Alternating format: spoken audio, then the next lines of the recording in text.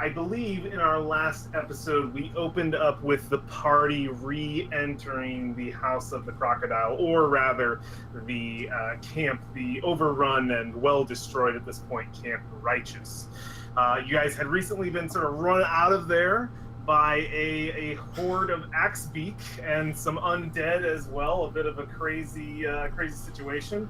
Also, that same very night, you had to deal with some gorillas getting all up in your sleep, which wasn't very fun. But yeah, you guys returned to Camp Righteous last episode and did some investigation. You took the time, I believe that was Brolin and Valfine and War as well, to pull your canoe out of the mud as the heavy rains began to pour down relentlessly upon you during that day. And you were able to just barely get it out from the suction of the mud at the shore of the Socian Star River. You also investigated further into the stench, that horrible stench of death coming from the abandoned outhouses of Camp Righteous. After kind of doing like a back and forth inside, seeing that there are spores, trying to figure out a way to get whatever's down in the outhouse, because there was a shoe left over, some sort of hint as to what might lay below. A couple cantrips were used, some ice spells that didn't quite work, and then I think we decided to go full-on flame zone and set that thing ablaze. You burned away all remnants of this thing other than a light frame, and found in the ashy pit below War climbing down within the charred and burned skeletal corpse of some poor fool who probably once had flesh and no longer does at this point. Doesn't matter, he's dead, he doesn't care.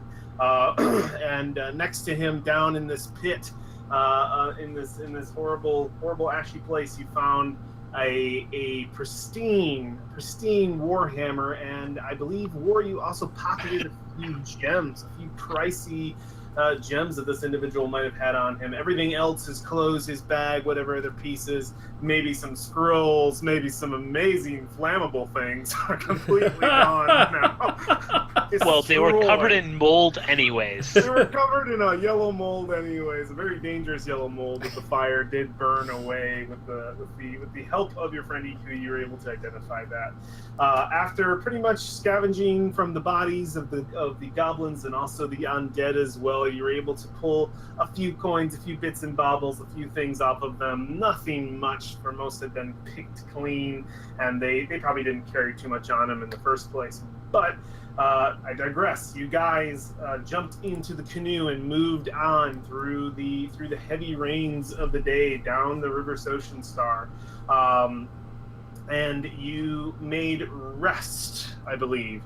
You were able to get through a whole day of travel, and you immediately believed that you were going to reach Camp Righteous Camp Vengeance by the end of the day, but you became lost. You had to sleep ashore in a spot that you didn't know exactly where you were on the map, and when you awoke, much to the alarm spell of our party, the vegetation below you came to life and attacked. These giant man-eating plants tried to devour many of you, and some of them almost succeeded. After ripping away your companions from these creatures and defeating them outright, Iku took pretty much the most damage from the battle. Her skin, it burned off from the stomach acid of these horrible creatures, let out a horrible scream and transformed into that weird snake-like form with wings, and just completely abandoned the party in terror. We had a moment of when the party was at a loss what to do without Iku. She didn't return 10 minutes, an hour. There was a mental breakdown of Valoria, or as you guys know her, Alexandria. Her alarm spell had seemingly failed in this situation. A lot of inward anxiety attacking her, and that kind of manifested last episode into a voice in her head that was fairly disturbing. Only she heard it and didn't discuss it with any of the other party members, but quite disturbing. And I think around that same time, Asteria, you felt a presence that seemed sorely familiar. Some weird things happening in the jungle after Iku had left. But after receiving a telepathic communication from Iku herself to Valoria, commanding you to move on without her, that she would catch up. The rest of the party went and left, leaving back behind signs that she could follow, back down the River Soshin Star to the spot where the river had built up into an almost kind of dam from the heavy rains the day before, and at this point broken away. The tributary you had gone down began to dry up, and you guys just made it out of there and back into the main river, back down to where you were supposed to be going with the help and guidance of Brolin. You all made it to Camp Vengeance, at which point you were greeted with open arms and big smiles, relieved faces of this fortification built into the fjord of the river. These individuals stepped out from behind their tall log walls and greeted you. The commander, Commander Breakbone himself, of the actual commander of this site, came to greet the party along with one of his captains at his side, and many soldiers. They came to help. They were happy to see you. There was a lot of smiling faces, a lot of pats on the back, and offered you all asylum, I believe is the right word, protection, I guess, sanctuary from the jungle within their high walls. And it had been long since you've seen civilization. Port Nyanzaru was the last time you guys had even touched something like this. So you get behind those walls, those nice big doors close behind you. That feeling of protection and being surrounded and the jungle itself kind of just being held back. Still here, though, you can see as you stepped into the fortress itself, wet. Quite wet in this place. You could hear sort of the coughs a little bit. Definitely some sickness going around. There's bugs in the camp. There's some sickly goats hidden behind, not hidden, but caged behind like a just sort of slapped together fence, and just sort of these people out here in their towers trying to survive.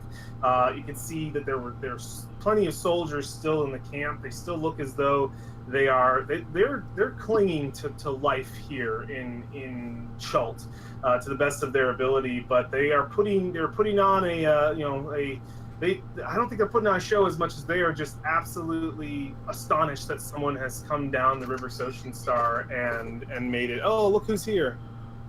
That has come down the River Soshin Star and made it to them. So the camp is all bustle. All bustle with your guys' presence. You get many looks from different people as you walk in, and for the most part, the greeting has been very positive, and you feel very welcome here. But Breakbone is willing to, was essentially in his words, is willing to offer you. This place is as much your home as it is mine. You getting all set up? Yeah. Cool. The Wi-Fi is. Tell my Wi-Fi I love her. I'm already connected. Oh, then you should be good. Tell my Wi-Fi I love her. Yeah. Wi-Fi I love her. Yeah, and the password. So cool. So let's move. Now we all know your Wi-Fi password. Everybody can come on over. And all of the recording. Oh crap! You plug this in. Oh no! Yep. Hi, internet. My Wi-Fi's pretty fly for a Wi-Fi. Pretty fly for a Wi-Fi. That's pretty good. I Very will make some reminders Yep. Yeah. to French Wi-Fi is cut that. no lines. No. Yeah. I'll cut it for sure. Yeah, I'm just gonna add a reminder to tell you to cut it again. Tell me to cut it. Please don't let me leave that. You're so silly. Remind myself to remind Ed. Yep. 1,000 views. You just need to put headphones on. Yeah, Just that's what mute yourself. They'll be able to hear you. Yeah, that's what I figured. Yeah. Let me move some of these cups. All right. So we enter in our camera kind of, I imagine, lifting up from the high walls as it kind of opens up on you guys, and takes sort of a wide shot of the whole fortress in front of you. The camp is it's effectively your guys to explore. I think Commander Breakbone. I think we'll come in on Commander Breakbone's sort of last sort of word, not last words to you, but probably we'll come in on him speaking.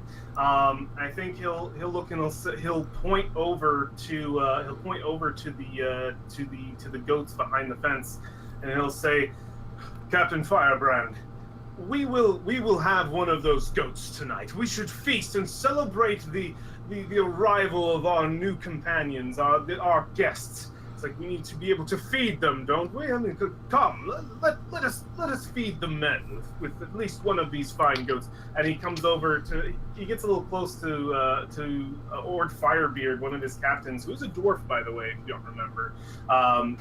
Niles Breakbone, another description. He wears this full plate armor, and he's got this dusty blonde hair, and he's probably in his early 40s, late 30s. But he's sweating for sure.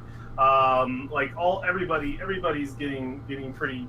Everybody's sweaty who's wearing heavy armor. But he gets close over to Captain Firebrand, and he's like, "Do be quick. The creature's suffered long enough." And he kind of, all right. I'll have one of the men do it. And he kind of steps over. He's like, "You're lucky. Oh, Breakbone never lets us eat this good." And he kind of laughs a little bit, like jabs one of you as he goes. And as he goes past the command tent and back towards the back of the camp to gather some people to help him with a goat.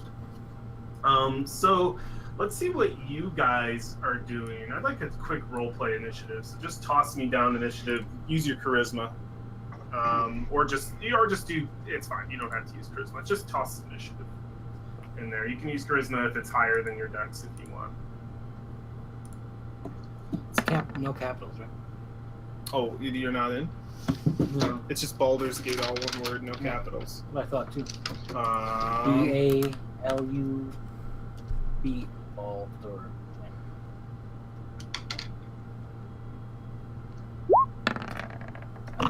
First. Starting real strong. The witch. Okay. Just getting it out of the way when it doesn't matter. Yeah, that's what I'm hoping. Ooh, yeah, we are starting off strong. Toss me this. Nice. 19. Very cool. All right, I'm gonna throw Brolin on the initiative. Give him a. What's Brolin's dex? Do you know about him? 1. He's got So so it's a 20. 20. Dirty 20. Very nice. Cool.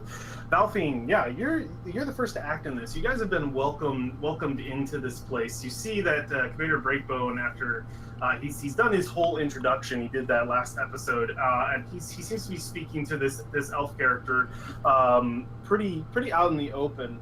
And I think when he notices maybe some of you looking in that direction, he says, "Oh yes, this is my friend Wolf Ragnar. He's my guide here in jungle." And you see this very slender elven man, and he says, and he bows. He gives a deep bow, and he says, "From the spires of Silvery Moon, I give you my greetings." And he goes pretty far down that bow. And says, "Any friend of Commander Breakbone is a friend of mine." He says, "Yes. Enough of the formalities." He just kind of pats him on the shoulder. And he says, I believe that we have a few tents for you. And he thinks for a moment, and he's just like, "At least 4. At which point, Ragnar kind of like whispers over. He's like, Sergeant Willingham, he recently fell. He's in the tents." And he just says, "Oh, 5. We have 5 available tents, it would seem." What are you doing, Malcolm? I kind of slowly walk up here behind Alexandria and have a look at what's that elf's name? Wolf Ragnar. Wolf. I'm gonna speak to Wolf in Elven. Okay, yeah. What do you say? I'm gonna ask him. Do you greet him in Yeah. Elven first? Yeah, I greet him first in Elven. He kind of raises an eyebrow, but doesn't look too surprised, and he immediately switches to fluent Elven. He says, "Very good to see one who speaks my own tongue, human." And he kind of like looks at you, and he says, Huh? "Perhaps not so human after all." And he kind of like, because you got your hood up, right? Yeah, I suppose. Yeah. And he's he's looking at you. Says, "Now that I get a better look at you, you aren't human, are you?" And this is all in Elven. So anybody who can speak Elven understands this. And he says, "Welcome to my camp. It is always a pleasure to greet others of Corlon's blood." Indeed. Is there anything you can tell me here about the situation? And he says, "The situation. I imagine it is much what you see. What are you looking to? What are you looking to find?" Just spotting the camp around here. Morale appears to be kind of low, just by what we've seen. And the goats are sickly.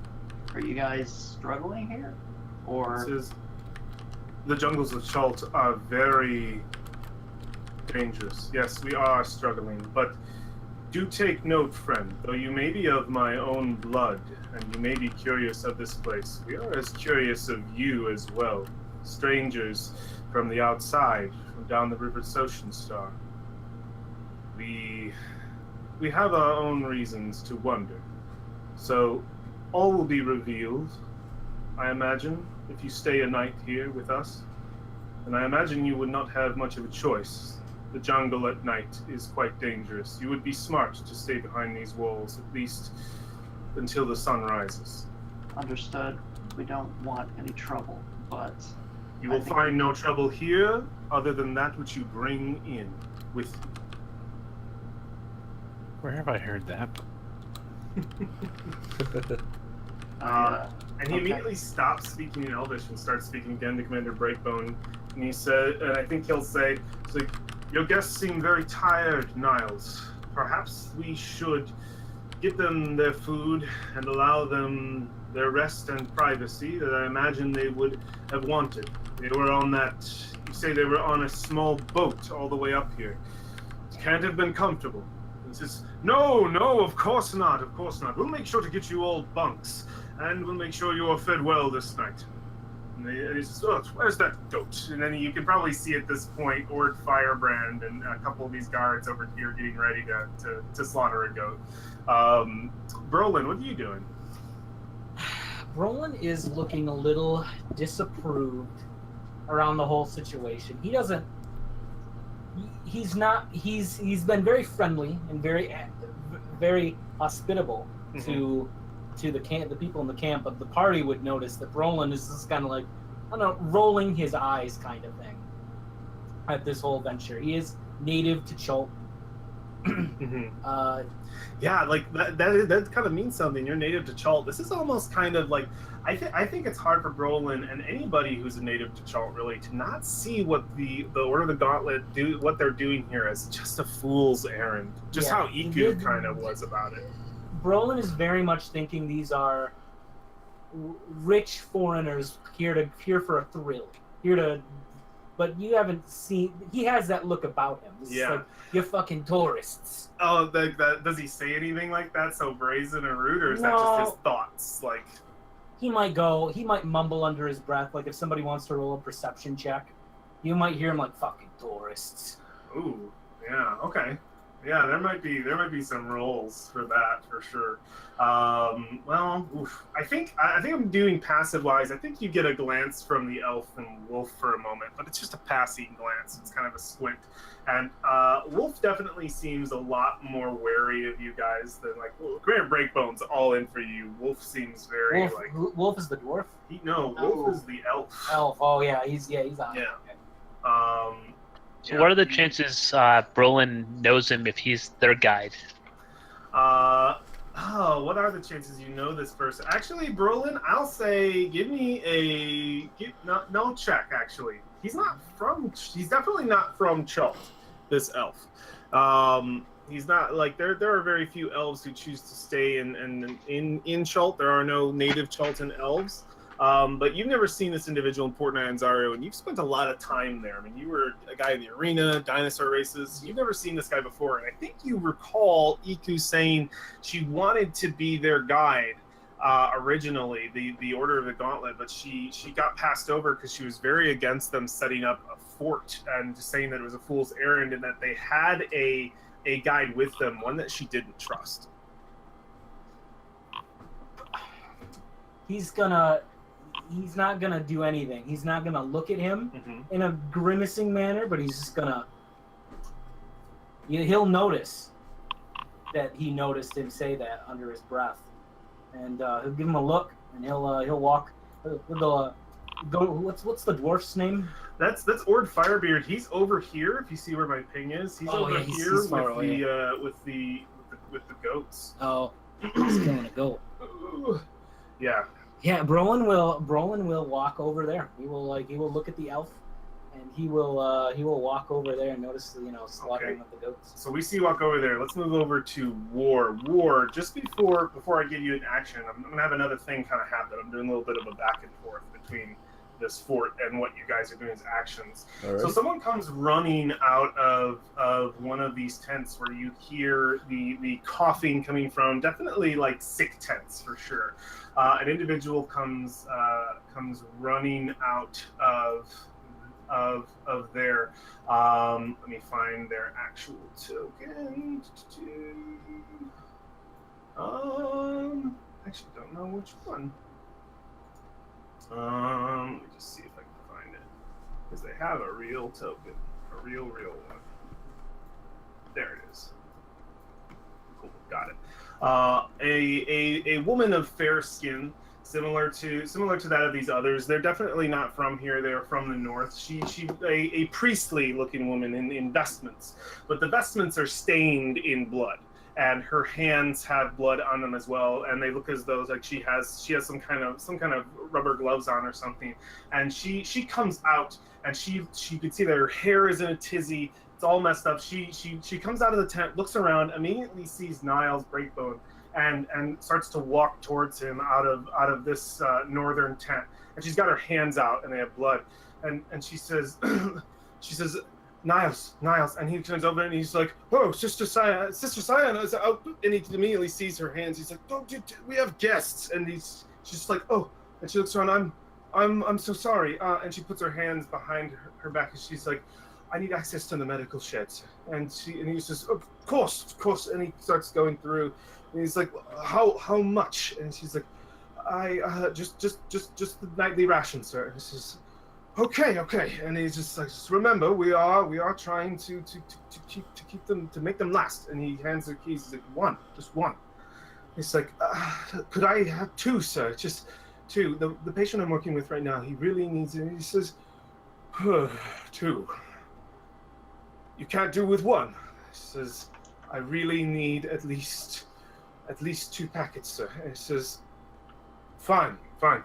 2, and then return those keys to me immediately. And she says, of course, and she just runs off. Thank you, sir. And she runs off towards the back of the camp. She leaves. She says, "Oh, sorry about that. My apologies. We have many injured right now. There was the previous attack about 2 or 3 days ago, and we are trying to recover." But never mind that. That is Sister Cyan, the head of our religious corps here. Our spiritual corps, and she is excellent, well trained. She has at least 7 other sisters. 7? Oh, he thinks for a moment, and Wolf kind of whispers, 6. That's right. 6 sisters now. And he says, but. Don't trouble yourself with any of that. I know the sight of blood for some can be a bit jarring. What do you do, Ward? Ward's gonna walk up to Niles and say, my turtle friend. Hello. I don't know if this will help. And he's gonna pull out the holy symbol of tears that he found in the previous camp. And he looks at you, he's like, where did you get this? I found this in your other camp. I thought I had lost it. This is mine. Thank you. And he he puts out his arms like, "Is it okay if I hug you?" Yeah, he'll totally go for it. Embraces you, and he's like, Hug? he hugs you, and he's like, "The gods truly do work in mysterious ways." And as he goes away, you can see there's a little bit of a tear in his eye, and he kind of like dries it really quick. It's like, "Oh, there's a damn bugs in the jungle." And he's just like, "Oh, I truly thought I'd never see this again.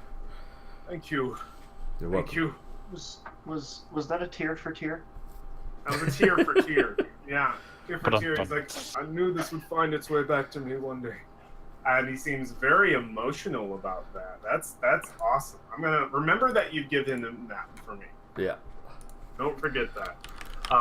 Excellent. Yeah, and I think he'll maybe regale you with the story of how he lost it during the attack, which is nothing really special. Essentially, just like having to deal with a lot of other things and leaving it behind, and the destruction of his of their shrine. He figured it was lost to the undead, or to whatever else in the jungle would have claimed it. And yeah, he kind of goes off into talking about that with you.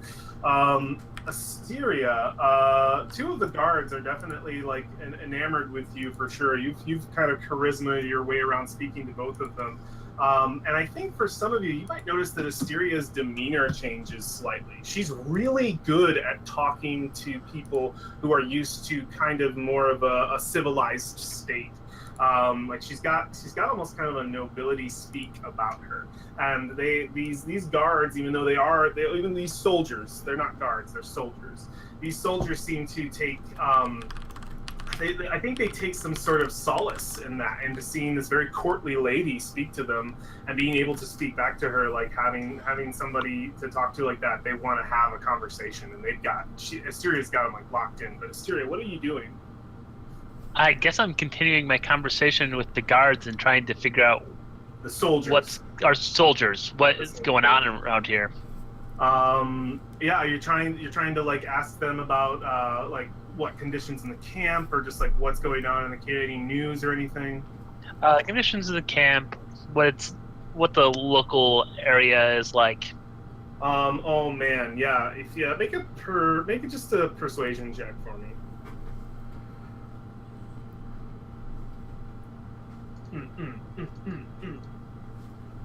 Get that sick roll.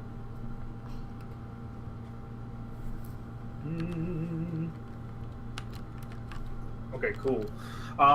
Yeah, I think one of them just kind of looks. He says, "Oh yeah, well, comps, it's definitely a son of a bitch." He says, "Didn't get to build it as high up as we wanted, so water pours in and takes a lot of work to get it out. Bugs everywhere, all times of the day, but that's the fucking jungle for you. No matter where you go, no matter what camp. Camp Righteous was that way too. At least it had a stone building you could hide in for a little bit from the rains." And it says, "And when it rains, it fucking pours, I'm sure you know." And they just say, conditions, says, "Well, we haven't really eat well lately, and we're trying to send out hunters often as we can to keep ourselves stocked, but the damn jungle's so dangerous. Areas around, we've been sending a couple of scouts out, trying to keep the area clean, but clean it undead, but man, it's like they got a vendetta against us or something. They attack us every week, it seems. And it seems like the times in between get shorter and shorter. I don't know how much longer we're going to last here." This is, and another one just kind of jabs him a little bit, and he's like, "Yeah, but we got Niles Breakbone behind us." And he says, "His will is unbreakable." And then it says, course. He says, "And we got veterans, and we got our two captains. We got Ord, and we got Captain Sahola. She's hard as nails. Of course, she's not in the camp right now, out with her veterans, making sure the perimeters are safe. But she'll be back. You get to meet her soon." And yeah, that's about the information. They seem well, and then they're immediately just like, it's like, where exactly did you come from? What news from the south? Did you come from Port Nyanzaru? And then I think we'll skip over real quick to Valoria before you can answer that question. Valoria, what are you doing? I'm curious about the thing he mentioned, the ration to the people who are injured. Yeah. So Is that moment past? Am I like unable to talk? You are to him? able to talk to him, absolutely. He's speaking to War at the moment about his holy symbol, but you could cut in if you want. I think rather than doing that, when the priest departs, I'd like to follow her. Yeah, I think you can do so without being noticed, though. Make a perception check for me as you step back. Okay, cool. You notice that the elf wolf does take notice to you immediately, and he does like take an eye to you. Doesn't do anything to stop you. Just watches where you're going. But no one looks to be stopping you from moving into the camp at all. You want to head back to where she was going from? All right, yeah. You see her fiddling with a locked crate at the moment. She's got the keys in there, and you can see that set atop the crate this moment are her bloody gloves. They're set up, and you can see her hands, her actual hands. They look torn and cut in different places. They look like very dirty and like they look messed up. These are someone's hands who have been working for weeks nonstop. And she's in the middle of, and you can see them. They're shaking. And she's in the middle of trying to get this key in this lock. She's like, come on, just get in there. And you can tell she's in a hurry. But you can see her hands are shaking, and you can hear the ting of the metal. She's trying to get the key in the lock, but she can't quite get it. What do you do? Do you need some help with that? Oh, and she gets up and she's like, oh, sorry. Oh, you scared me. Says,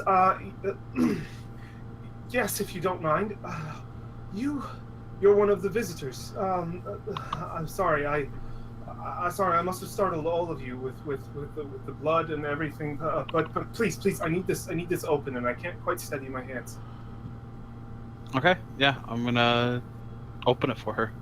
All right, yeah, you open it, and as it unlocks, I think she immediately she takes a little bit of caution and puts a hand back. She's like, "Thank you. Please step back for a moment." And she'll open the crate, but she seems a little defensive of the crate itself. You imagine for good reason. Like you notice that a lot of soldiers aren't nearby. These ones over here stay at a distance, but they do kind of like look over to see what's happening. These soldiers at this fire pit, but she opens it up and you see what looks to be a set of these like effectively a healer's kits, but you see about 5 of them in there, and they are kind of just like these packs, and she picks out 2 quickly and then puts it back down and then attempts to lock it. I can't. She's like, can I please get your help once more? Sure. Can I like make a perception check to eye these packs up while the case is open? I don't think. Yeah. While the case is open, I think you're because you just rolled right here. Oh yeah, no, that was a different perception check. Go ahead and give me another one.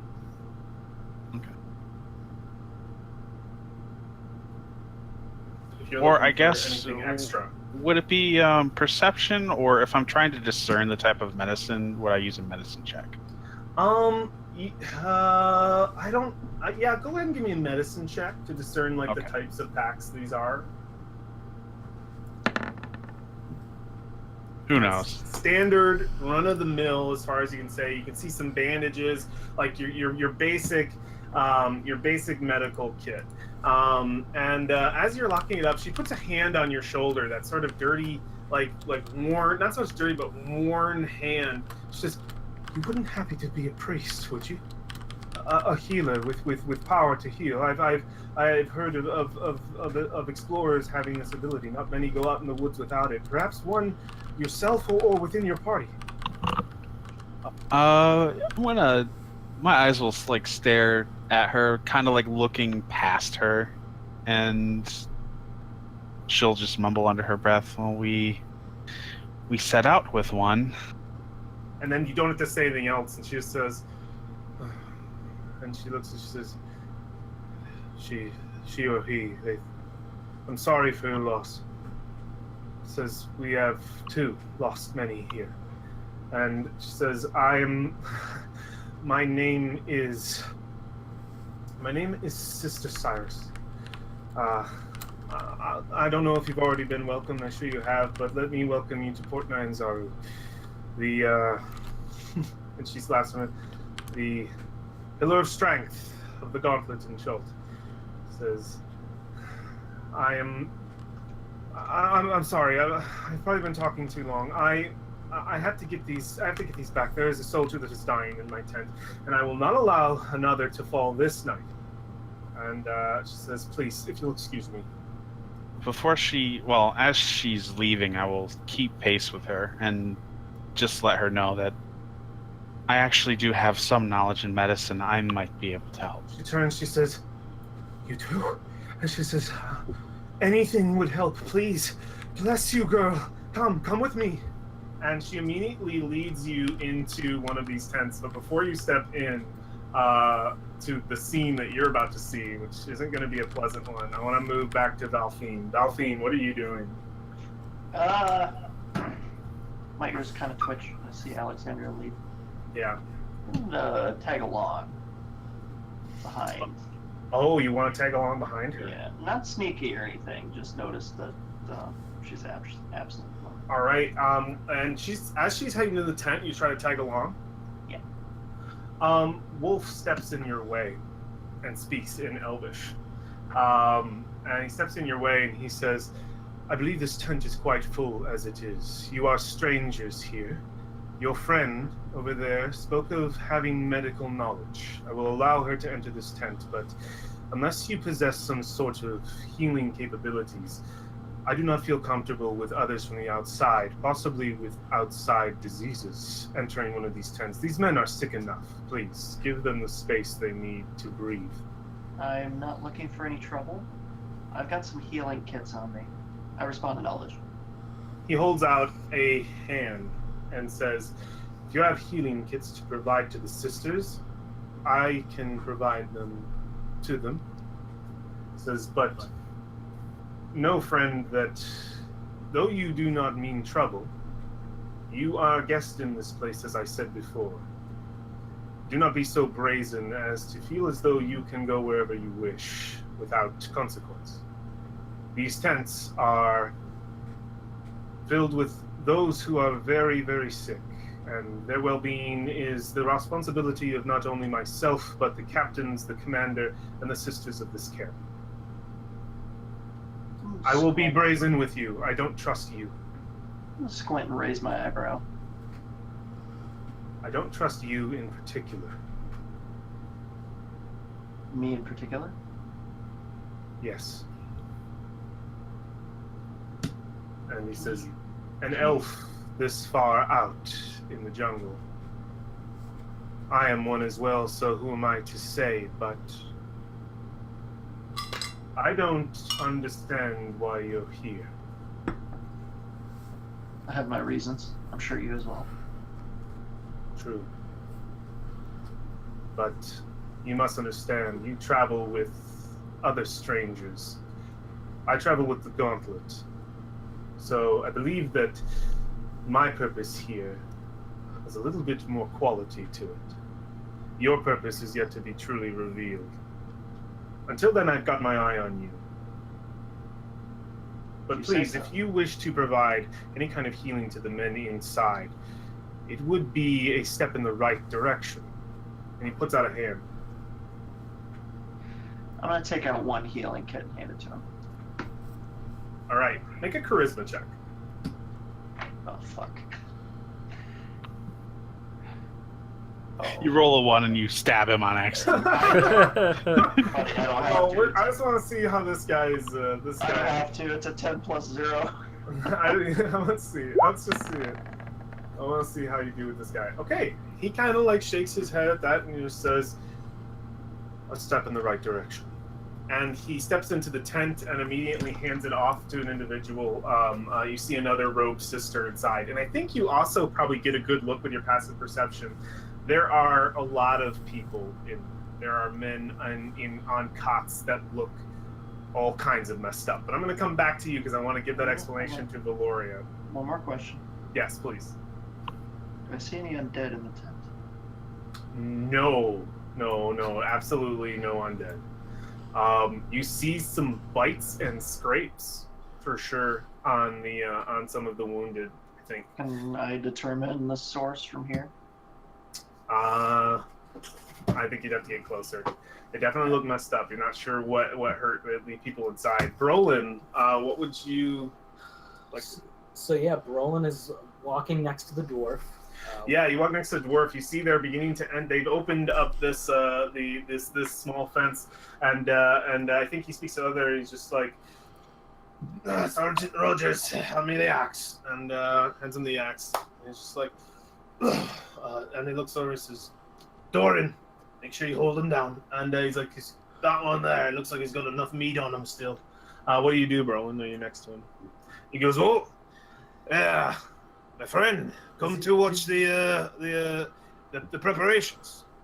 I just came over to see how things are going. Are we talking in Dwarvish? Can we talk in Dwarvish? Yeah, you speak in Dwarvish. I think the minute you speak in Dwarvish, he looks around and he says, something you want to say in secret. And he says that in common. He says, anything you can say in front of me, you can say in front of me, man. And they kind of like shake their head at him. No secrets here. I don't get to speak Dwarven very much. It's not a. He says, neither do I. I think we'll have the time. Maybe when we're able to break bread together. It's Fair just enough. got to get this meal ready. That goat looks. It's been happening. I look at the goats. Can I roll a nature check? Yeah, you can totally. Yeah, I totally roll a nature check. Yeah, by all means. Give me that nature. Why can't you click on my nature check? Should be able to. It's in your sheet. Yeah, I'm looking at. Here. There you go. Okay. They're definitely sickly. They look like they probably haven't eaten. They look a little disoriented. Probably haven't been well fed, given enough drink. Like they look pretty messed up. Animals are looking pretty roughed up there. She said, oh yeah, poor creatures don't belong in Chult. I'll admit it was a mistake to bring them, but we used to have more than slaying a few every other day to feed. But I think today we're going to take care of old Davy over here. He's probably the most well fed of them. So Breakbone really likes you. If he's going to slay him, it'll be a good meal though. I haven't eaten well in a while, so that'll be nice. It's like, yeah, I'm surprised how large your operation is here. I don't see many of your kind venture out for very long in Chult. My kind. You know what I mean. This isn't a dwarven endeavor, my friend. This is the order of the goat that you're talking about. Holy through and through. They'll fight evil, wherever it be, across any shore, any heat, any rain, any snow. He'll peer over the walls and look at the jungle. Yeah, I don't doubt it. So, gotta ask. You know, it's pretty rare to find a guide out here. Where'd you find yours? I ask my Old brother. Wolf? Yeah. I've only known him for the last month we've been out here. Old friend of Niles, I guess. See, it's impressive. I don't see many elves in Chult, let alone who knows the Boasty jungle. from Silvery Moon up north, but damn if he don't know the jungles well. It's always good to have an elf guiding you. They can see a lot further than you think, though. Bloody bastards are too fucking... they see life as a fancy. Honestly, me and him don't get along. Best if we just keep a distance. But when has a dwarf ever gotten along with an elf? Yeah. And he goes, well, you're distracting me a bit. Let me get this head chopped off here, and we can continue our conversation.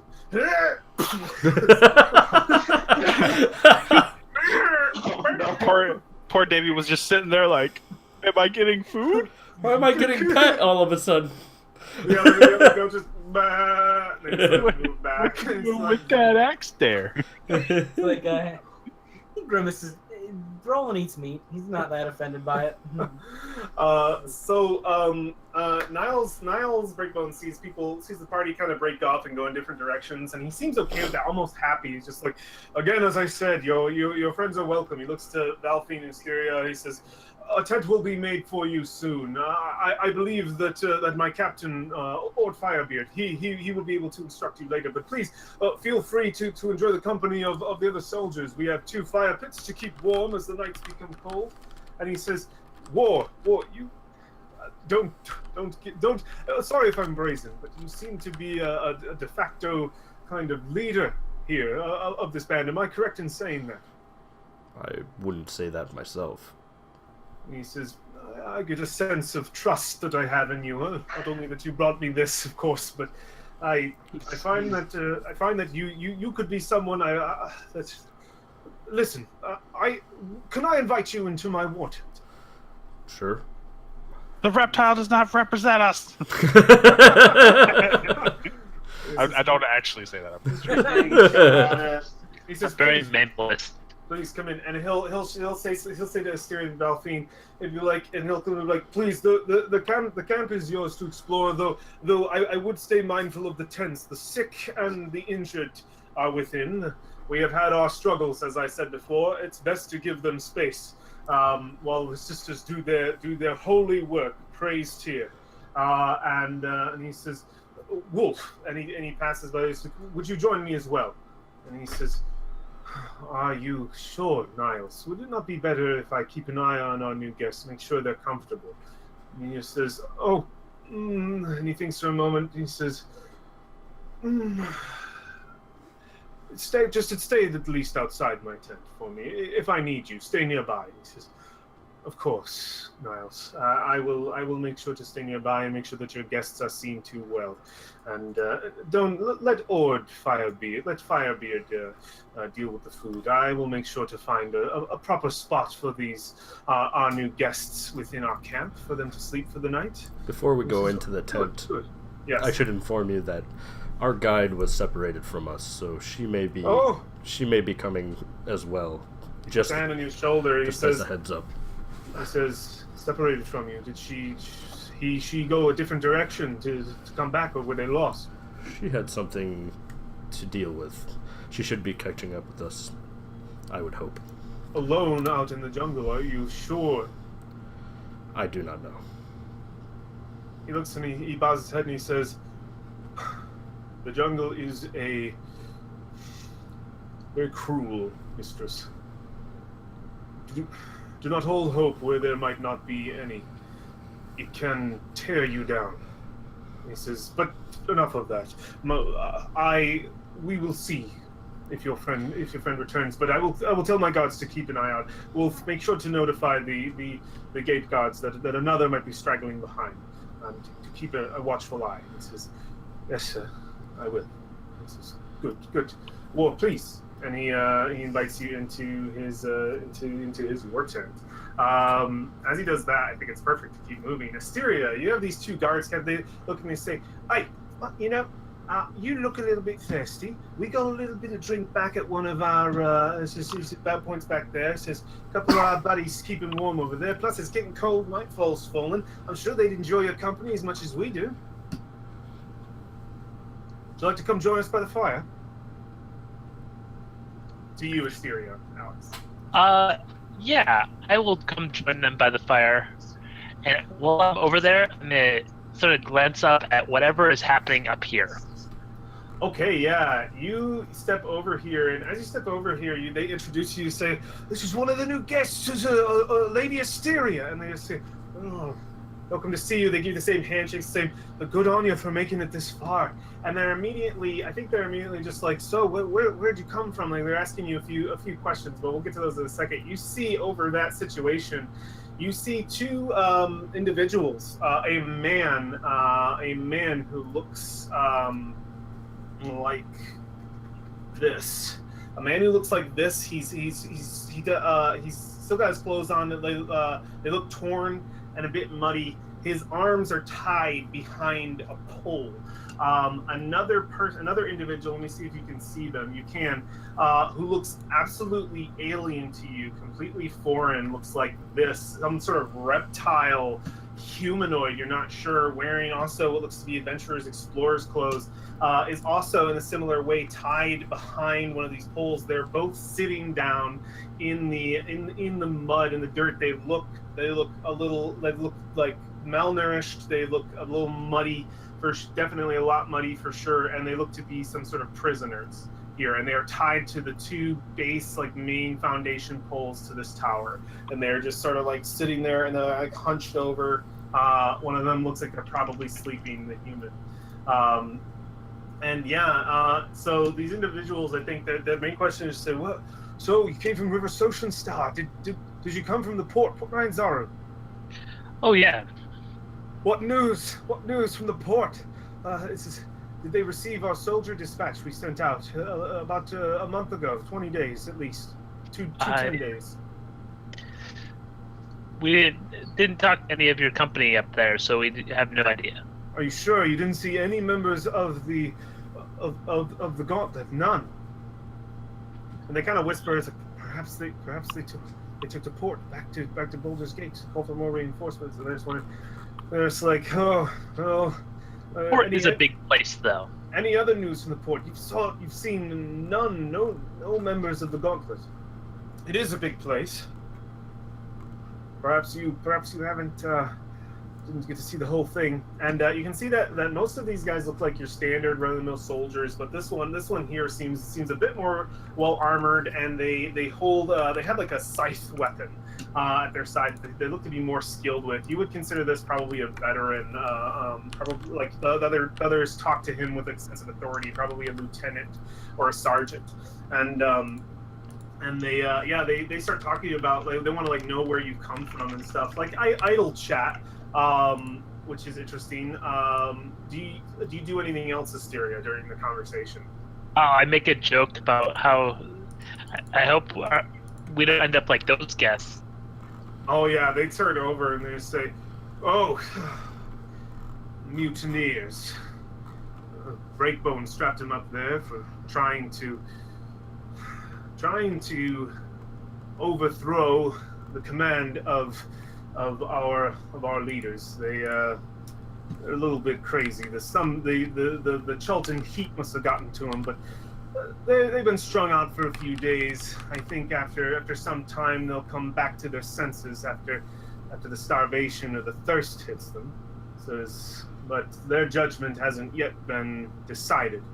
Says Commander Breakbone, I believe at dawn in maybe 2 days he'll decide their fate. Says mutiny is a crime punishable by death under most sects of the Order of the Gauntlet, but the commander has his bouts of mercy. Says those individuals, though, one just smells, and the other is a cocky bastard who doesn't know how to keep his mouth shut. Is the whole reason they're there. I feel kind of bad for the smelly one. The whole reason they're there is that one. He points at the human. One doesn't know when to shut up. And this is, they should have never came here, honestly. And moving on to Valoria. Alexandria, you walk into a scene from ER. It is crazy in here. I'm gonna pop all these tokens up. You see two other sisters in here working round the clock, and you see several individuals. 1, 2, 3, 4, 5, 6. You see six individuals. Some of them look like they have. Some of them look like they're just bandages. They have wounds. They have blood coming off of them, and they're just moaning. And then there are others that look as though they are like covered in some like boils or some kind of disease of some sorts. One has his flesh where one side of his arm looks as though the skin has all begun to like peel off, and another looks to just be like coughing up like you see a few spores like here and there as he coughs. Well, I don't think spores, but you see like a smoke coming from his mouth as he coughs, and his teeth and tongue are just this pure like blue, and there's all this sort of like blue dust on him. And you can see immediately a sister comes over and starts to like wipe off the dust from his face that he coughed up. She's like, "Shh, darling," and she's like pouring some water down his throat. And like there are only 2 other sisters in here, and they are working around the clock. These are all moaning, pained individuals. And she brings you up over. She's like, come, this one here. And you see an individual, his leg is completely gone, and he's just like barely like hanging on, and he's just kind of rolling over. He's like, oh, Sister Cyrus, I can't feel it. It's gone. And she's like, shh. And she's like, shh, Lieutenant, shush. And she's just like, this will help. And she's pouring like some sort of like alcohol liquid on, and he just he immediately burns. She's like, please hold this down. And she takes your hands and puts them down where to hold. What are you doing? What's going through your mind, Valoria? You're surrounded by the pains, and you can smell festering wounds, and like it's not good in here. There's bugs in the tent. There's some still water lying on the ground. It's not good. It's not a good situation. Yeah, that's probably a little overwhelming for her. I think she didn't expect to see that dire of a situation. The worst she's ever seen are people who were attacked on the road. She's never actually been in a medical facility or one in a war camp where people are fighting threats like these guys have. Yeah, these guys look messed up. While you're looking around, another acolyte enters the tent, and she has those gloves that are bloody, and she says, Sister Cyrus, and she says, what, sister? What do you need? She's like, Northern Tent. We're losing Lieutenant Carls. We have to help him. And she's like, did you manage to get any packs from the commander? She's like, yes, I have one. It's over there. And she's like, okay, and she gets it and runs down. And she looks over and she's like, remind me, how many patients in the southern tent? She's like, 7, 6 maybe? And she's like, okay, just go. And she's like, all right. And she just runs back towards the other tent. And she looks at you, she's like, you're keeping the pressure, right? Keep the pressure right here. And she's like, I have to saw off this portion of the leg. The festering wound will infect. And I need you to use this. And she hands you like a damp rag, and she's like, put that around his mouth. It will allow him to pass into a sleep of sorts, and it's going to keep him asleep during the process. Please, just put this around his mouth and just whisper into his ear that everything's going to be all right. And she hands that to you and starts to bring out like a saw. Okay. What do you do? Well, I'm going to do what she says. I'm not going to no, he doesn't need that. He looks to you, he looks up, he says, you're so beautiful. Are you an angel? And he's like looking up at you. Is this an angel of tear? And he looks up at you. He's just wide-eyed. He doesn't recognize you. What do? You put it on his mouth? She's going to stop for a second and just sigh. And he says, please, take me from this hell. Take me. So she's just going to put that rag on his mouth and make sure some of it's near his nose, and she's just going to say in the softest way possible, just shh. And he goes to sleep. At which point you see Sister Cyrus turn, and she has sort of like a makeshift mask on, and she's just like, all right, he will be unconscious for most of it, but I'm going to need you to hold him down.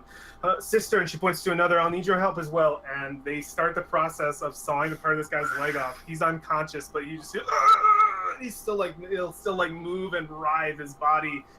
He's unconscious for a little bit, but his body reacts to the process as she saws it off. And there's just blood going.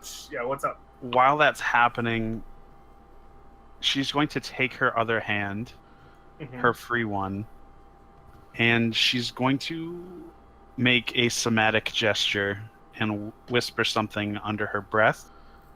And she is going to maintain a cleansing effect on the saw. Oh, yeah. You do that, and I think like as she's sawing through, like she looks to take notice to it, but she keeps going because it's a fast process. But by the time it's done, she'll look and she'll just take her mask off. She says, "Did you do this?" And she like puts a hand on your shoulder. Says, did you do this? Did you keep the blade clean? I did. Says, you are gifted. And she says, the gods must have sent you to me.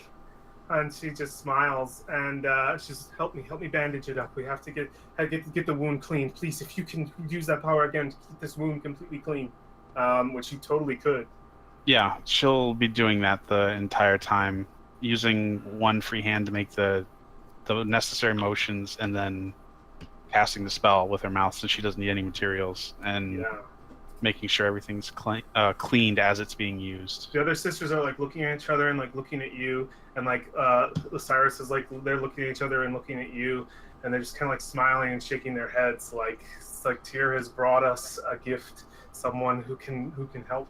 And they like there's kind of a peaceful pause moment as this man calms down from being tied up, and like they look to you and just kind of like, you did amazing.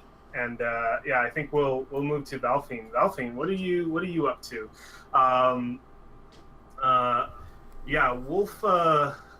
Wolf didn't want you to head into the tents, but I don't think he's going to stop you going anywhere else. So he's keeping a wary eye on you. He stays near this barrel of water. What are you doing? I'm gonna walk past, Mm-hmm. watch him as I go by, and I'm gonna move down toward this campfire. All right.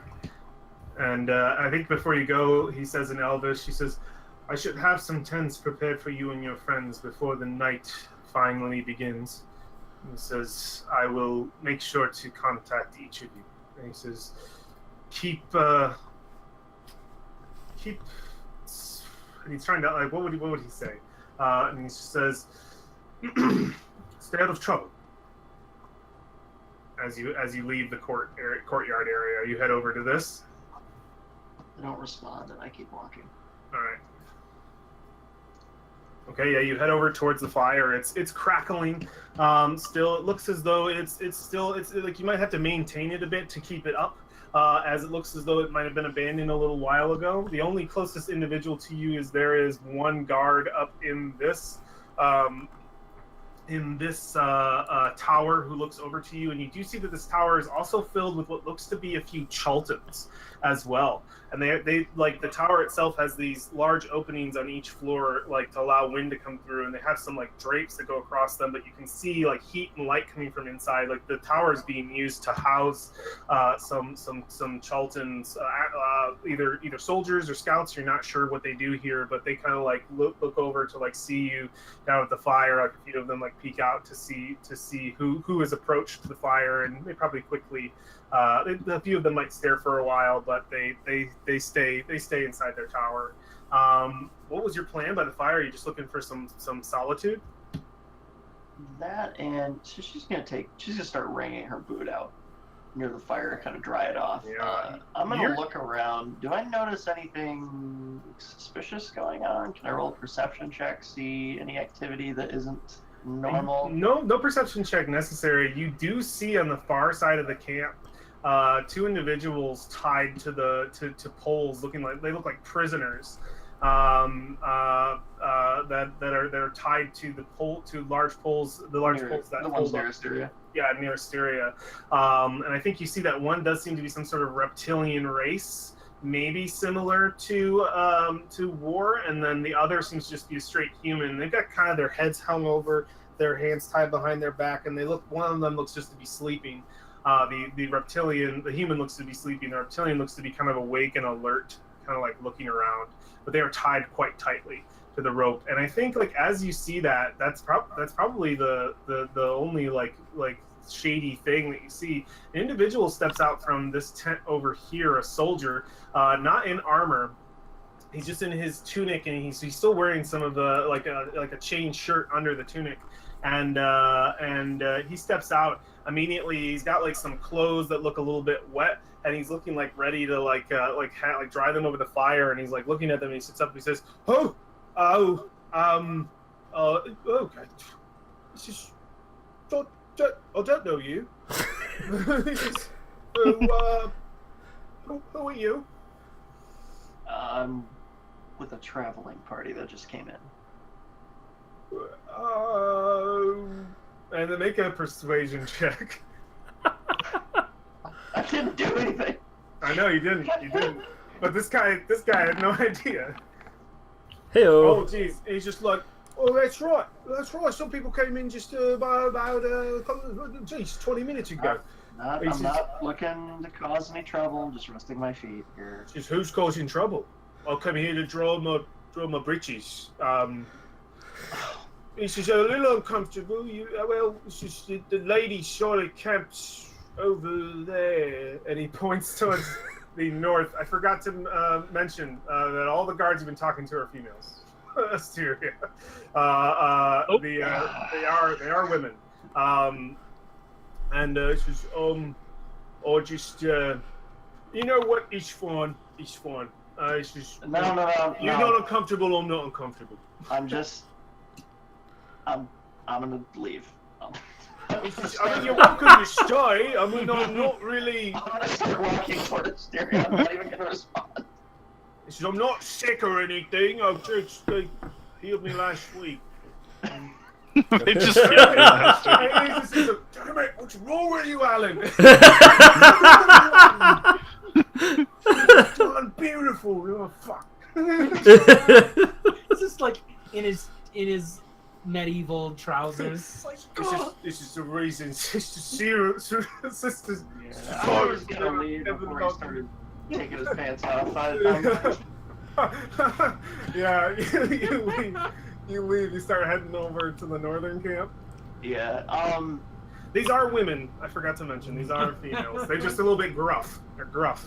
I'm not gonna get too close. I'm gonna just kind of hang out near the outside of the group there. All right, you can hear crying coming from this tent here. Right. Crying. Okay. A woman is whimpering. I stop. My ear perks up. Mm-hmm. I turn my head to listen for a moment. She says, I can't do it, sister. Not another day. I can't. I want to leave. And she just says, listen, everything's going to be all right. It just was one bad day. She says, I can't lose another. I've lost 3 in the last week. And she says, I can't bear to see them go anymore. She says, if you leave, you'll die out there. Breakbone's not going to allow you to leave anyway. You'll die. You'll die if you go alone. She says, maybe I'll leave with the next scout troop. Maybe I can convince them to go closer to Port Nyanzaru. I just need to get home. I want to go back to my family. I'm sick of seeing people die here. How old are these two? You hear the probably like 20s era. She says I came here. And it's easy to hear them. It's thin tent and it's an open not rainy night. She says I came here to do well by Helm, by Tyr, by my family. But I didn't come for this. Not this place. She says we need to leave. She says, we can't. Breakbone won't leave Chult until the mission is done. Until we've brought peace to these lands. She says, by that time I will be dead. I cannot survive. She says, just sleep, sister, please. She says, I snuck a little bit of this from the medical box. It'll help you sleep. I know you've been having trouble. I can't do that. Those are for the sick. She's like, what are the sick going to do if they don't have you to heal them? She says, thank you. And she's like, just sleep. Let the new day rise. Let Tyr's strength fill you again. And we will come at this again tomorrow. She says, yes. And you hear that conversation. And we move over to Brolin. The Ord Firebeard has the goat. He's pulling it back over towards the towards the fire, and you hear me say, "Oi, you don't dry your fucking britches in the fire that we're supposed to be making food in." And he looks, he goes, "Oh, we're having goat tonight." And he says, "We're having goat. You're about to get half rations if you don't get your smelly britches out of here. Dry him on a fucking line like a civilized human being. We may be in the jungle, but I'm not a damn monkey." And he just says, Yes, sir. Yes, sir. Soldiers, this is only a couple of them you can trust. You don't train them so long. Take them from the farm, and he's like, oh, no offense to the others, and they all kind of like roll their eyes and says, all right, let's roast this goat. I help him. I Yeah, help him prepare. yeah, totally. Make a survival check. Make a survival check. Okay. Yeah. Who did I? Oh, there we go. I accidentally hit back. You're good. Yeah, make a quick survival check Yeah. as you help them. Nice, yeah. You begin roasting this goat. There was like a thing like sort of hanging nearby, like one of those things they set up and like roll a spit to roll the goat on. Well, first you gotta like skin it, Yes. get all the hair off of it and stuff. But yeah, you properly prepare it. And he says, "Oh," and he kind of like pushes the others away. No, let us just make it. You've all never had a fine dwarven meal. We know how to roast a damn goat, don't we? Yeah, there we go. He says, so, you're from Chult, but where do you hail from? Brolin, was it? He says, I myself hail from Mirabar. A golden dwarf I am. You're one of those white dwarves. I heard of you, but where do you hail from? We're from Harakmar. Rockmar. Is that a dwarven stronghold here? Gone now, friend. Makes sense. I haven't heard of it. There's probably a good but 20 of us left in Port Nine Sorrow. Oh, that's rare. That's rare, that is. All part of the same clan, of course. Oh yeah, the Fireforgers, they're doing okay. Says, I feel for you. Losing your home like that. I'm myself in clanless. Well, I left my home while I'm here. A new clan, the Gauntlet themselves. Says, I found stability. The stability all of us dwarves seek. Here, within the Gauntlet, they are my family. Each and every one of them. When these boys come in, I can't help but to see them as one of my sons. It's good to know, good to hear that you have a clan still, even after losing your stronghold. Yeah, well, what's left of it? He takes a swig. And he's just like, you give me a sip of that, my friend. I'll share you. Right. I'll share full well later. Don't you worry. And he says, none of you boys heard that. We're like, well, yeah. Yeah. He drinks. So It's like, as we're cutting this door up, so it's like, so how are things here? Really? The shit. Absolute shit. They're bad, huh? And he says, we're in the fucking jungle. We're not on high ground. The undead attack us weekly, if not daily. The bugs are, they never stop. The food is thin, and we're only able to hunt when the undead aren't trying to fucking kill us. And the jungle itself too tries to kill you. Do you know the plants come to life? Oh yeah, I just Yeah, had to deal with a it's- giant eating plant last night. Oh, well, I've had to deal with a few of my own. This son of a bitch. This place is fucking not. I know it's where you're it's from, a hell. but this is hell. He says, but Hey, we're But- sharing the yeah, flask. he says, but by the holy light of Tyr, Helm, and Torm, we come here to vanquish the death curse. He can't help. You here to vanquish the death curse. Yeah, we are. I was gonna say, I mean, He says, yeah, we're here to vanquish every single undead from Chult. he can't. At this point, he can't help but speak. He's not gonna be rude, but he He says, says, the clerics of the Gauntlet have had visions. The source of the death curse lies deep in the jungles, and it comes from whatever's spawning all these undead. I was about to wonder why he was so deep in the jungle. He says, well, we're here to kill evil, of course. To destroy it and vanquish it from the doorstep of man. I say, yeah, but it's, you go close. You should see how close they are to the port. Hell, He says- you could have set up He camp says, there and they're pushed close away. to the port, that's true. But we've come here to death's door, for they pour through the basin like in droves. Says, we stay here to fight, to defend the gate to Port Nanzar. Sure, there's undead to the east. I was gonna say, you could literally a mile away from the wall. There's undead. You could actually. We know, trust me, I know.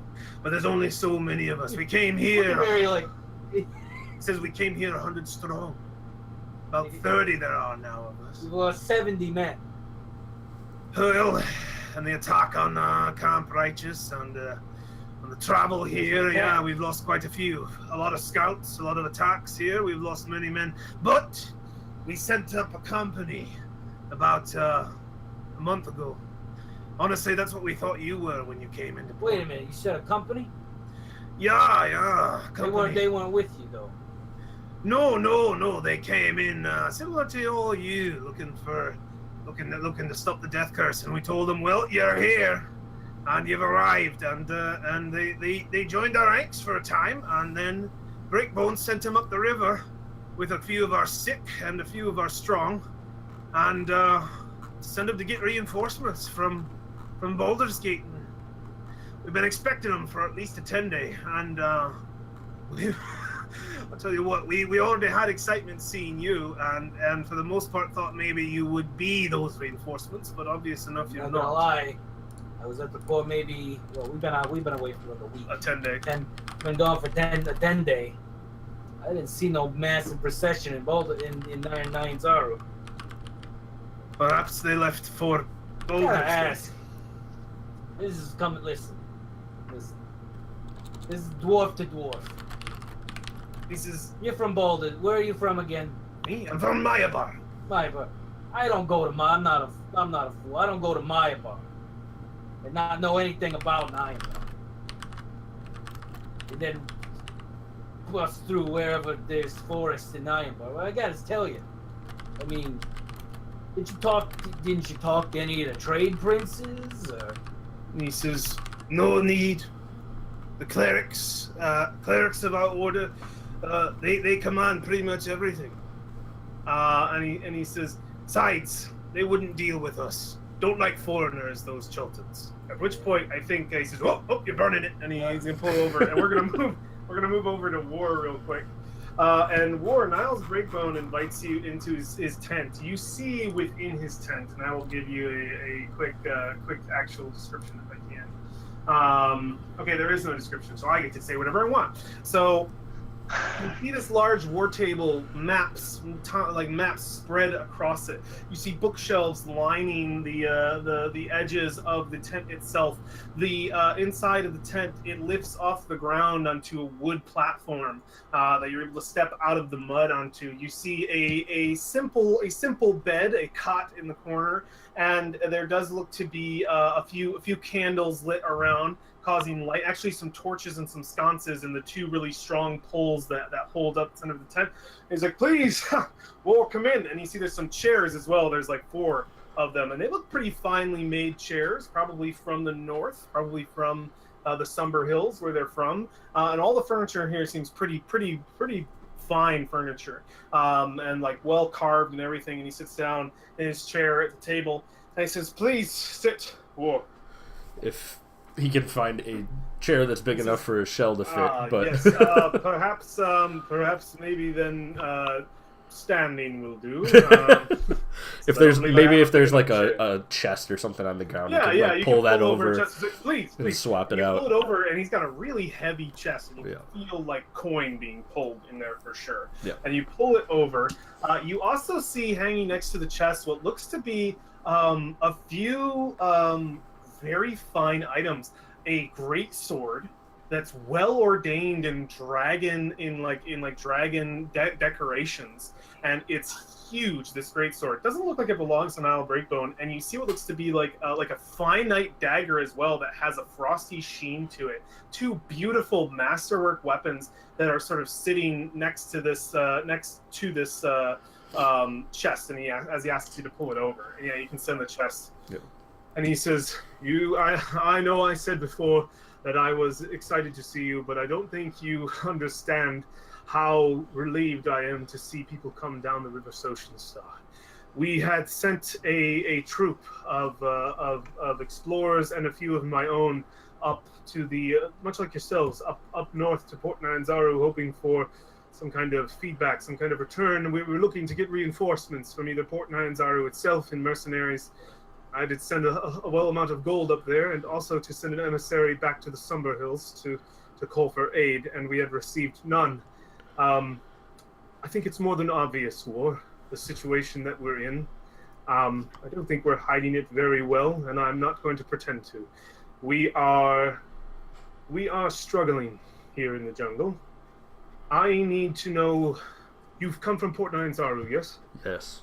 What news of Port Nyanzaru? I have to know what is there. Did you see any members of the Order of the Gauntlet? Did you see any members of a group called the Order of the Yellow Banner? Order of the Yellow Banner. Yes. They are a group of explorers that we sent up there. They had come and joined us at Camp Righteous, followed us here, and I gave them the order to take north to Port Nyanzaru as times were getting rougher and rougher. We came here based on news of them, but there was no news at Port Nyanzaru. You came here based on news of the company. Are you friends of theirs? We were hired by the same individual that hired them, I believe. Says, oh yes, they had a patron. I remember. May I ask, who is this individual? I just met him before we left. His name is Samuel Dren. Samuel Dren. Yes. Says, I know this name. An ex-Duke of Baldur's Gate, if I'm correct. Yes. He says, oh, well, must have quite a bit of pocket money to send out adventurers this far into the jungle. And he says, but you didn't see them in the port. No, we have not heard anything since they arrived here. That was the last word that we had from them. He says, oh, that's not good. My greatest fear is that they were lost to the jungle. I cannot bear to tell my men that there is no hope that anyone is coming. That is why your arrival is such a positive thing. For you arriving here has instilled some level of hope in the men and women of this camp.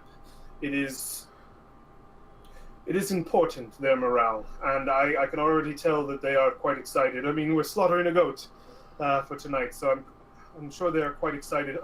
What you are heading this far out simply to look for them? Not just to look for them, but on the same mission. Yes, they had a mission to defeat the death curse. I had them join our ranks. I told them of the visions. The clerics of the Gauntlet had seen the cause of the death curse. We know its source. It is As do we. It says the source is the undead. The undead themselves are bringing about this curse. It is our belief that for each undead soul, when someone dies, they're cursed. They are capturing the souls inside of their beings and keeping them there. There are too many undead in Chult. The gods have decided that we have squandered our resources. We have used their magic to bring folks back from the dead with no recourse. And so the undead that we have left to rot have come back to seek their vengeance. For each that we slay, we release another soul. It is our mission, our goal, as I had convinced your predecessors, to slay these undead, to bring them to the ground, and with each one fell, we free another soul from damnation. He says, if you are on that same mission, I can tell you now that you and your party need go no further. This is the front line. This is where we draw our line in the sand and fight evil. He says, we are struggling, but we are holding strong. With your arrival, we are ever stronger. I must ask, those in your brigade, those in your troop, what skills do you have among you? You must be powerful if you were to make it this far, War. We have numerous skills. However, when it comes to what you spoke of, we have had a different vision, and they may not be mutually exclusive, but our vision comes from the Savros himself. Says, I don't mean to step on any toes in a religious manner, but I do not worship Savros. I recognize him as a god, but not one that I personally can trust. There are many theories as to the death curse, but I can guarantee you that the high clerics of Tyr, Torm, and Helm have seen the truth. Our gods would not lie to us. They are the gods of justice and truth. We know the source of the curse is the undead themselves. Whatever you saw, whatever it may be, you must understand that some gods are fickle and wish for certain things to be done from their followers. Savros has not been unknown to lead some astray. I'm not a follower of Savros myself. However, Are you a follower of anything, War? Any god that you choose to stand behind? I'm a follower of my ancestors. I can respect that in a way. Seeing the old and learning from them is an honorable way. I had a friend among the Uthgard barbarians who felt the same. I unfortunately had to kill him, but he was a good man till the rage took him. Says, but that is a different story, possibly for a different time. He says, I'm glad to know that you have morals set somewhere. He says, you have skills. You said you have a skilled party. Do any of your members of your party have any sort of healing capabilities? We are in dire need of medical assistance. There were a couple. One of them passed early in our venture. The other one that I know of mostly was the guide that is not with us yet. Nobody knows. No one can heal. He says no others in your party have those capabilities. I did see your teammates, your ally, your comrade, Alexandria. She looks as though she was enlisted by my head priestess quite quickly there. We are fairly new as a group, so if there are others with healing abilities, I do not know. Says, well, I may inquire with them, but War, I brought you in here because you seem like someone that I would be able to talk to, someone who might be able to, who seems to have respect among your companions. They all seem to go right to you and follow you and speak to you on matters. So I urge you to speak with your friends. We need help here. A lot of help.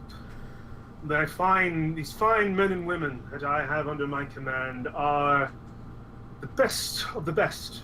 They're strong, and many of them have died for their gods, for their beliefs. Many of them are affected by the death curse and are here because of that. Whether it be in their families or maybe even themselves. He says, good men and women. You are the first reinforcements or anything close we have seen in a long time. Where were you headed, besides here? We were headed to the west. I guess I don't know what they would be called. The west? Yes. As far as I know, nothing is there but ruins. I don't think you will find much in the west. And he says, I don't know what errand this patron of yours, this ex-Duke Samuel Dren has given you, but I want to offer you and your band a different kind of employment, one that might be more prosperous. We have traveled to the west and found very little there. I can guarantee you that all you'll find are the Patiri goblins and a lot of snakes. Says it is possibly some undead, but other than that, the place is fairly barren before you reach the mountains, and it's very dangerous. You could die out there. We are here in force. We have a fortification. We have supplies that we are holding on to with the best of our ability. With your assistance, we may be able to do better and come out of this rut that we found ourselves in. I would like you to consider my offer. I can offer you gold. I can offer you rank. I can offer you a lot of things, and I can offer other members of your party as well. You carried with you a canoe. I might want to ask to enlist services of that as well. We have many injured here that cannot stay, must take back to Port Nyanzaru. He says, I know this might be a lot. You just stepped in.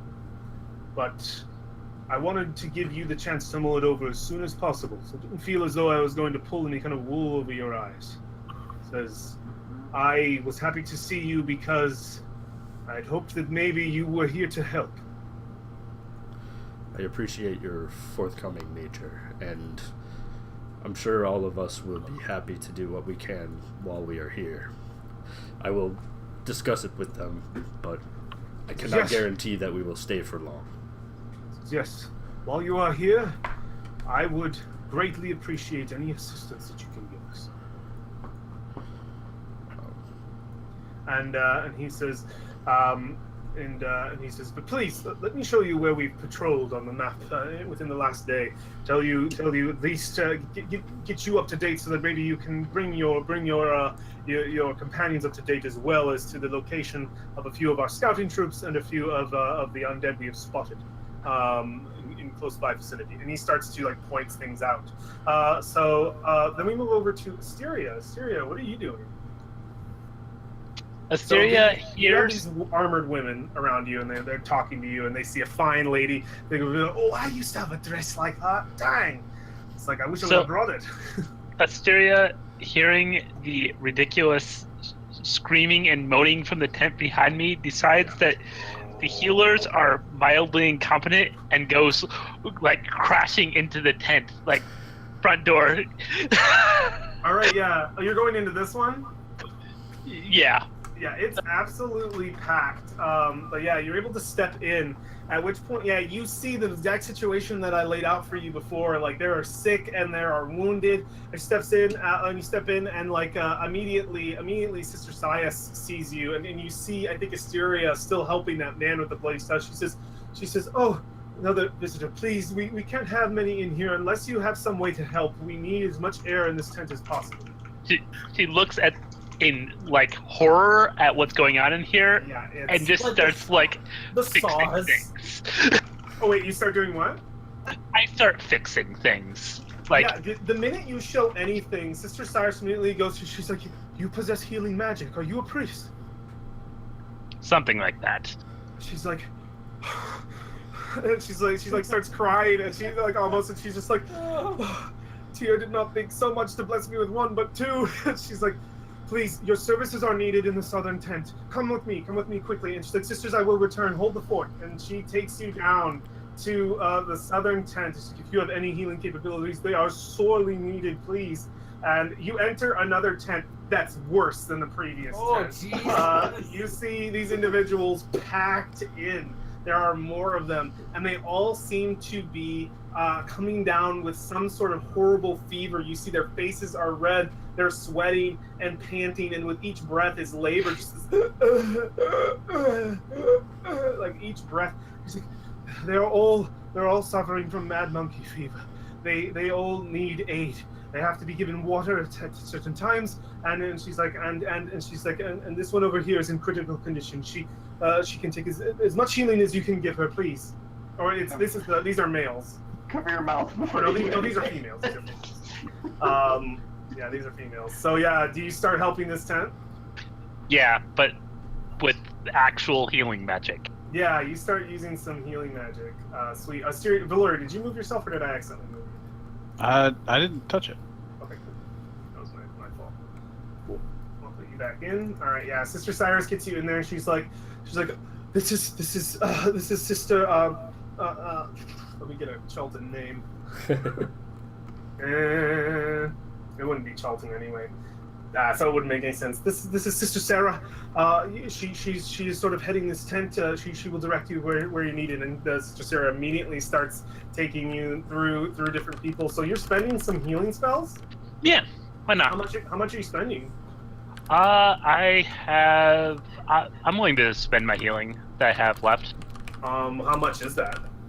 Oh, I have 2 level 2 cure wounds. I've got one of my healing dice left, and I've still got my 3 hit point touch. Wow. So yeah, that's like 5 targets, right? 4 targets. 4 targets. Yeah.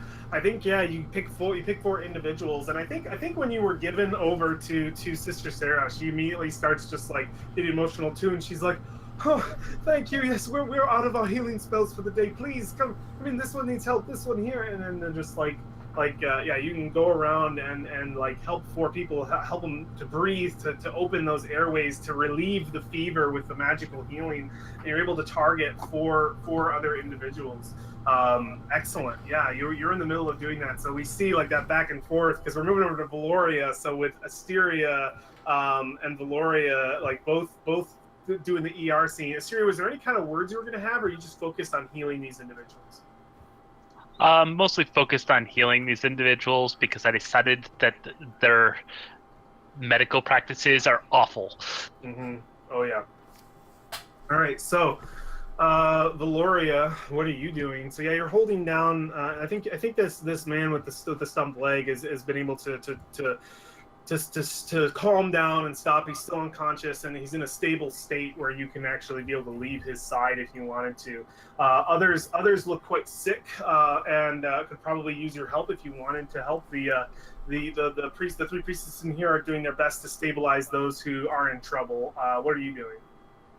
The best I can do is cleanse the materials they're working with. Yeah, you keep things clean in the tent. Maybe you go over wounds. You were just cleaning out the whole tent. And I think she'll shake her head like as you're cleaning up, and she's like, the other tent might need your skills as well. So if you get the chance, head down to the south and get the south tent. The conditions there are also very similar. She says, thank you so much. This is that spell that you are using is very useful. I very much wish that we would have had something similar. And yeah, I do have something similar, so I do that when I have spells, and then I tell them I need to take a rest.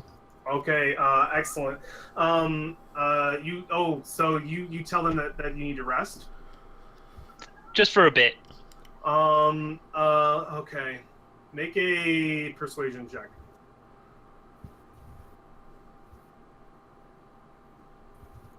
Beep, beep, beep, beep, beep, beep, beep. Let's see it. Let's see that sick check. Oh, nice. Yeah, I think they just go, all right, please be back as quick as possible. We're expecting more in the morning, and we want to get these beds empty as quick as possible. When the scouts turn in, there will be more sick and wounded. And she's like, but please take your time. And yeah, you can go take a rest. But Valoria, you keep on helping. Yeah, I don't think she'll stop. Okay, yeah, you keep helping individual after individual, male, female, it doesn't matter. They are all messed up in different ways.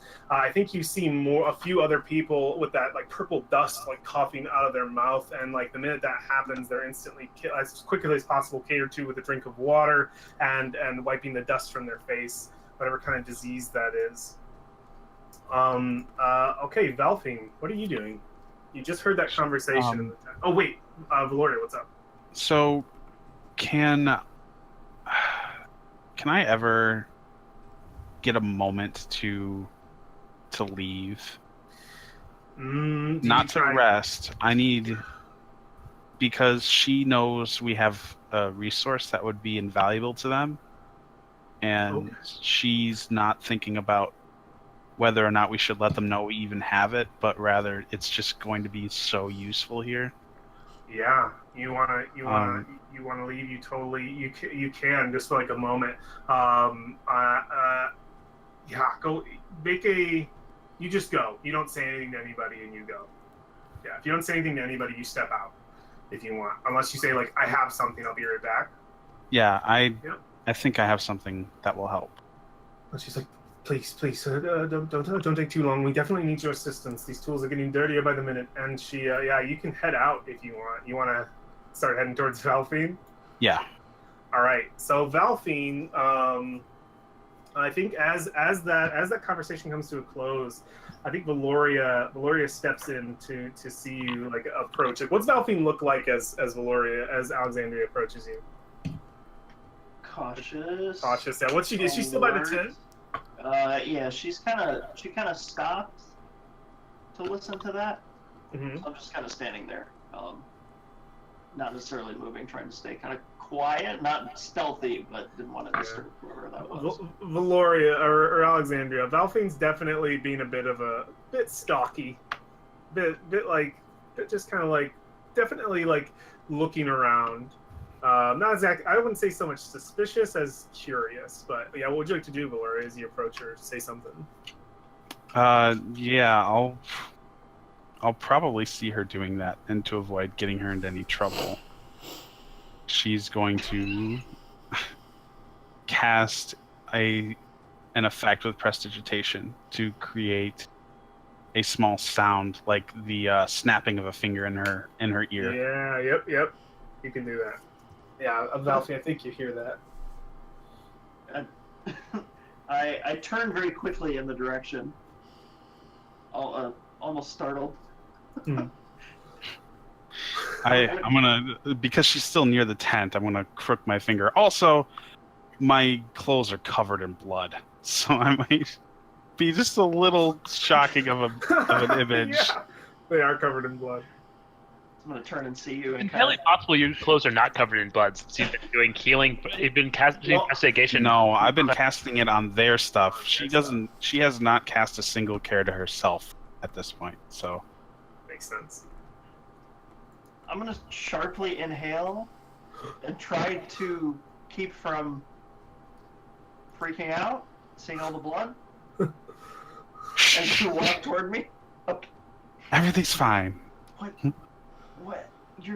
You're covered. These people aren't doing very well. No, I've been in the medical tent helping them. I've heard. Anyways, we have something that would be very useful to them. That jug that we retrieved from the temple. Mm-hmm. Do you still have it? Of course I do. Well, he went through enough trouble to procure it. Yeah. May I borrow it? Kind of cock my head sideways slightly. What would you need with this? I sigh. For one, fresh, clean water in the middle of a jungle is going to be very difficult for them to acquire without boiling it. And also, it can generate wine, yes? We can use that to cleanse wounds and save them much needed supplies, and it costs us nothing. It's one or the other, you're aware. Yes, but you can fill an object with water, then switch it to wine, and then pour the wine into another beaker or... Let me check. I don't It's think it once works per that day. way. Yeah, once per day. So you can get one, and it's different amounts of each. So, like if it was salt water, I think it's 12 gallons or something like that, and fresh water is less. She sighs. I did not expect that limitation. Which do you think would be more important? I imagine a gallon of wine would probably serve more uses than just the water, but it's not my place really to make that decision. 8 gallons of fresh water could certainly save them a lot of manpower. I saw Asteria coming at that time. She might know which is better. Here, why not? Well, Just if you'd take like it. to... Just take Oh, it. okay. I don't have any use for it at this moment. All right. I hold it out, turn my head away slightly, waiting for you to take. I go to take it, realize my hand has blood all over it, wipe it on my clothes, not even thinking that I could just prestidigitation it away, and take it and go, thank you. I will return this to you as quickly as it is no longer needed. Okay. I kind of wipe my hands on my cloak. Just seeing you dirty makes me feel dirty. Yeah, she probably wouldn't even notice that. She's been working too long and is really frazzled, so... Yeah, Melvina is trying to wipe her hands of nothing, so... All right, so Valfine, you make a perception check, Valfine. Perception. Yep. So I'm gonna make my character sheet.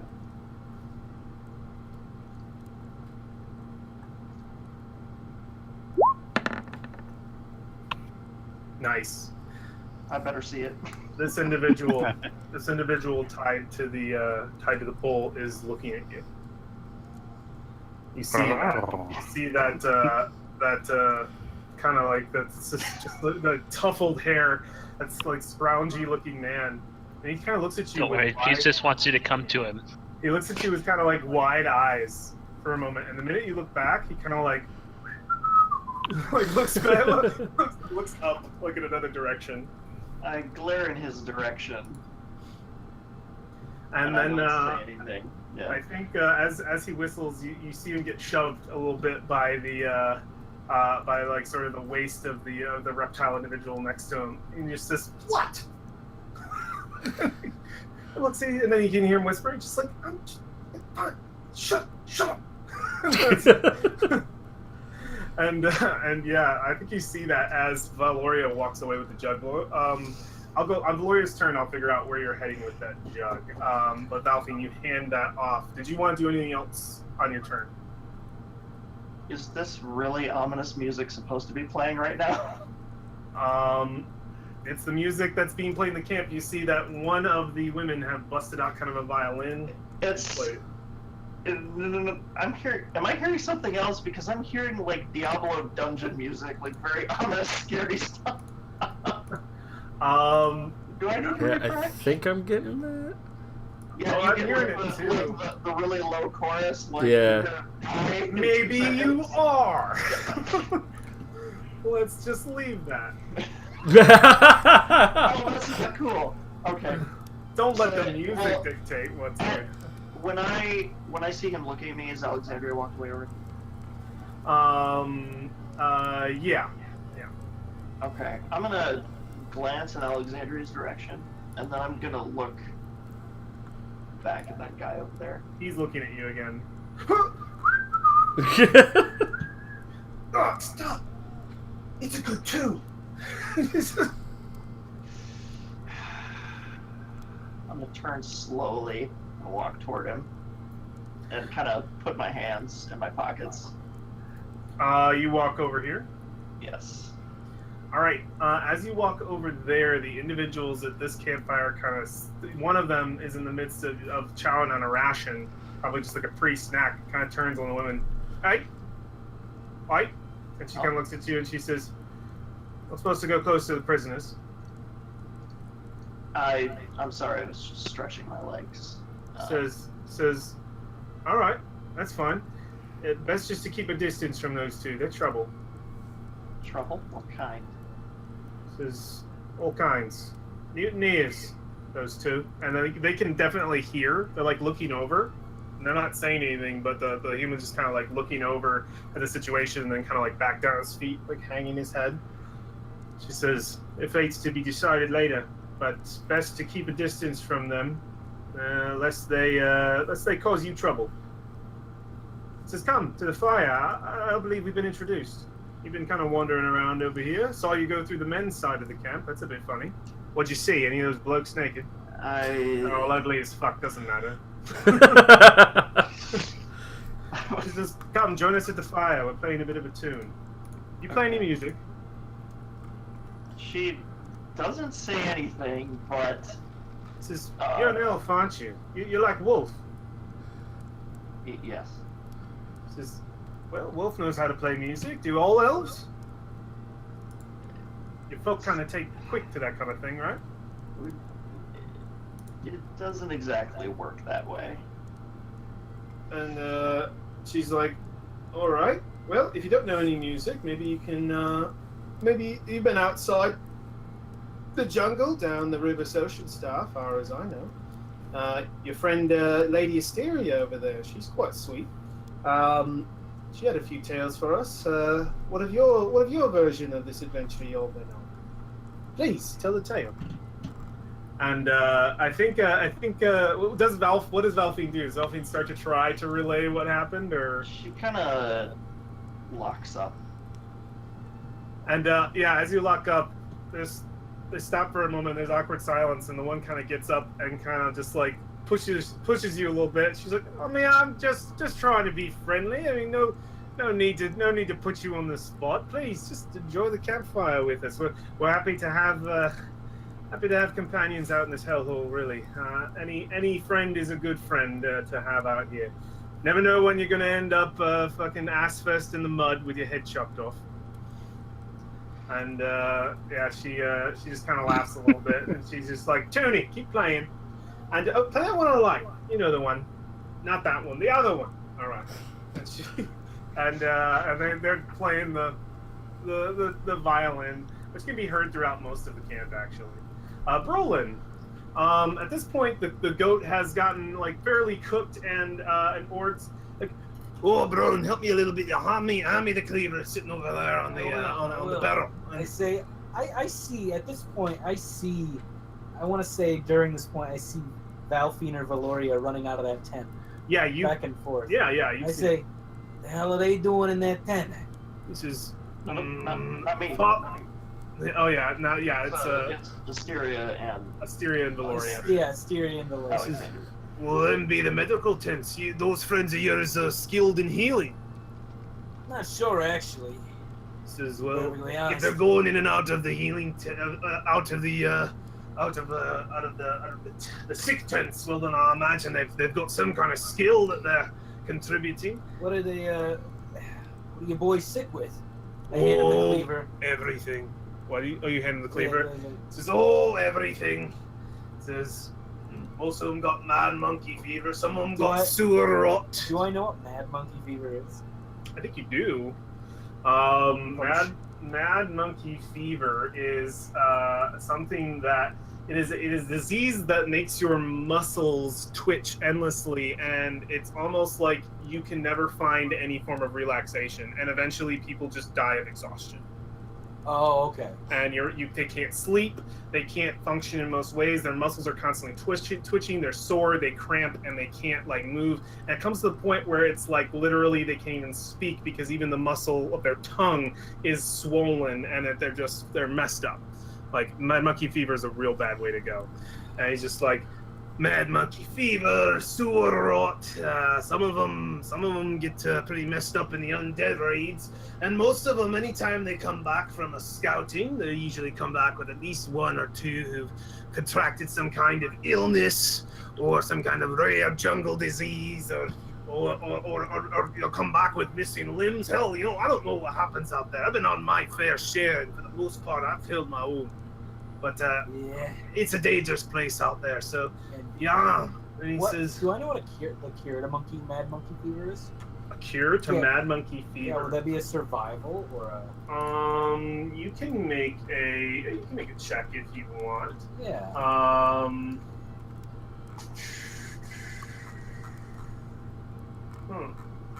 Let's see if I can find. That would probably be a medical check, not a. Medical check. Yeah, can someone spell disease? I have 5. I'm proficient in medicine. Can someone spell disease for me? Uh, Okay, Google. Disease. Spell disease. Yes. Man, technology is awesome. Let's see if I can find where. Technology. Hey Google, well, can you tell me when I'm gonna die? Oh. Okay, Google, stop. Aw. Oh wow. Yeah, she missed it too much. Hey, don't turn around. She might get too loud. You and my girlfriend, whatever. Your girlfriend. So, mad monkey fever. So you know that unless someone receives like a certain total level, a number of healing points, or if like mechanically they receive like a restoration of some kind, it is a personal fight, and it is a fight every day, and depending on that fight, it can, and also if they received any magical healing, they would get advantage on the saving throw. But all the magical healing does is give them advantage, no matter sort of how much has been given to them. And they, for each failed saving throw, they gain a level of exhaustion, and until they're dead. but the healing doesn't do anything. The healing doesn't do it. I mean, it gives them they're not suffering from like loss of HP. They're suffering from exhaustion. So the healing will give them advantage on their saving throw at the end of the day to overcome the disease. Okay. Restoration will get rid of it entirely. Lesser or greater will clear it. Okay. How do I know how much healing? Do you know how much healing is required? Not a lot. It's just some form of magical healing, or if you have an ability to like heal with a healer's kit, which some of these priestesses probably do. All right. So he's got mad monkey fever, right? He says, yeah, they got, some of them got mad monkey fever. Some of them got something new that I don't really know about. Apparently some kind of blue mist, some disease, something that comes out of the jungle and surrounds them and envelops them, and they breathe it in, and then they come out and they start choking up the stuff. And like, would I know that? Would I know? No. Okay. Good. No. Jeez. He says this jungle's filled with all kinds of shit. Now, help me portion this out. Well, he's put like portion. As he's cutting it up, I look over to the tent and I go. He says, "Yeah, your I friends. I feel bad for your friends. They got themselves into quite the tiffy there. I'll tell you what." No, I got myself into a tiffy. He says, I can heal. "He says, oh, you can. Don't let them know." And he says, "They'll never let you go." As much, And he just says, "That what they're doing there? Those sisters? They haven't stopped. You think that's just right now? No, that's every day." I got something that might help. He's like, watch. I take a bag. No. Okay. So I go, nothing in my hands. Right? I cast level 2 good berry. Like bear. You can summon fruit. Nice. Eat one. He takes one and he's just like, "Don't mind if I do." Whoa! I'm not hungry. For the first time in months, what the hell is this? Magic berry. He says, "You're something else, aren't you?"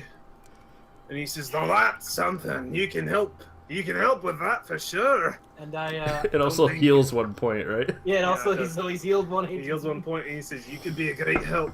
But you do have to know that how many of those can you summon a day? How many a day?" Let me think. I'm not good at the math. The math. The math. I'm good at I that. think you get 10. Well, no, I have 4 level 4. Well, 4 level 1 spells and 2 Oh, yeah, level you can get a 2 bunch of them. spells.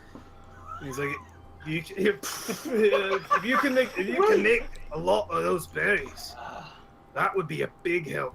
But you get conscripted faster than you can even think.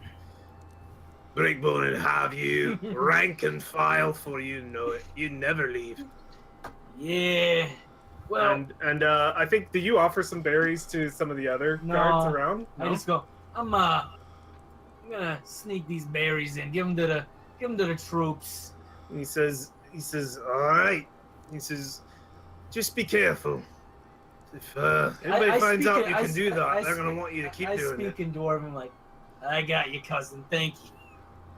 And And yeah. I'll quickly go in with my little handful of grapes. Do you want to try to sneak some of these without being noticed? Oh yeah. No, you know what? Oh, I'll cast so many spells. You're gonna cast. So you have I so could far. cast- You've cast 1 spell for good berries. No, I've cost 2. cast 2. I have 20 good. You have berries. 20 good berries right now. You have 2 spell slots left Well, for first 19. level and 2%. Yeah. Yeah. 19. You just gave one to. Yeah, and I have 19 good. Okay, what do you want to do with them? What do you want to do? Yeah. I put them in my little bowl because I got my gold bowl. I'm like, oh, there we go. And I'm like, I walk into this tent. I see it's pretty bad, right? Yeah. Well, you just walk in. You don't hide. You don't try to hide or anything. You're just kind of like walking in. I'm gonna bullshit my. The minute you walk in, you're immediately addressed by acolytes. You say, "Please, unless you're one of the newcomers too. Unless Chair bless us with 3 who can who can help to heal. I We say, need as much room in this tent as well- possible. Good dwarf. I'm lucky enough to have found some fruit on our way here, and I figure these poor souls need some nourishment. You found some food. We would gladly take it. They do need some nourishment, please. I'll hand it out. No worries. All right, you hand these out, I get and you just give some to I give everybody. everybody. All right. Anyone's in a, Yeah, you give in them a to the medical. acolytes to pass out. Yeah. Cool. So you do that, and you step out of the. And I'll go like. Do I have any left after? Yeah, that? you have some left. You go into the other. Yeah, I one. go into the other tent. Yeah, Sister Cyrus gives you the same spiel. I and then as have you do, some she says, bear- Thank you. Some berries. Hand them out to the sick, please. Only All the right, sick. Yeah. And you do that and leave the tent. You don't I go- stay for too I go, long. yeah, or- goodbye. I gotta What? go. Okay, yeah. I think we see a scene as he's handing He out, and runs we see this back. individual just kind of like, oh, delicious, and he just like looks better, and like his rose cheeks and Sister Cyrus eats one. Where's that dwarf? And yeah, she's immediately. I think this is like 10 minutes later. kind of No. thing. Okay, so here's the funny thing. Brolin's gonna run out. I'm gonna regret this later, but it's funny for a comical effect. Brolin's gonna run out of the tent. All right, he's like, now you're not gonna do anything. I look to the dwarf. He's like, you're not gonna. When I do this, you're not gonna say anything. You're not gonna do anything. You're just gonna let me be on your shoulder, all right? And he looks in. You look over, and a few of his guards He's are speaking already. in dwarven. He's speaking in Speaking in dwarven. dwarven. Okay, speaking in dwarven. A few of his men aren't like there anymore. Like they're out passing out food, and he's just like, "Listen, friend, you did not magic right in front of me and them, and they just went to pass out rations. Chances are, if there's a magical dwarf sprouting berries out of his hand, a lot of people are gonna I know." turn into a badger. All right, you turn into a badger. What the hell? And then we're gonna take a break. Good, yeah.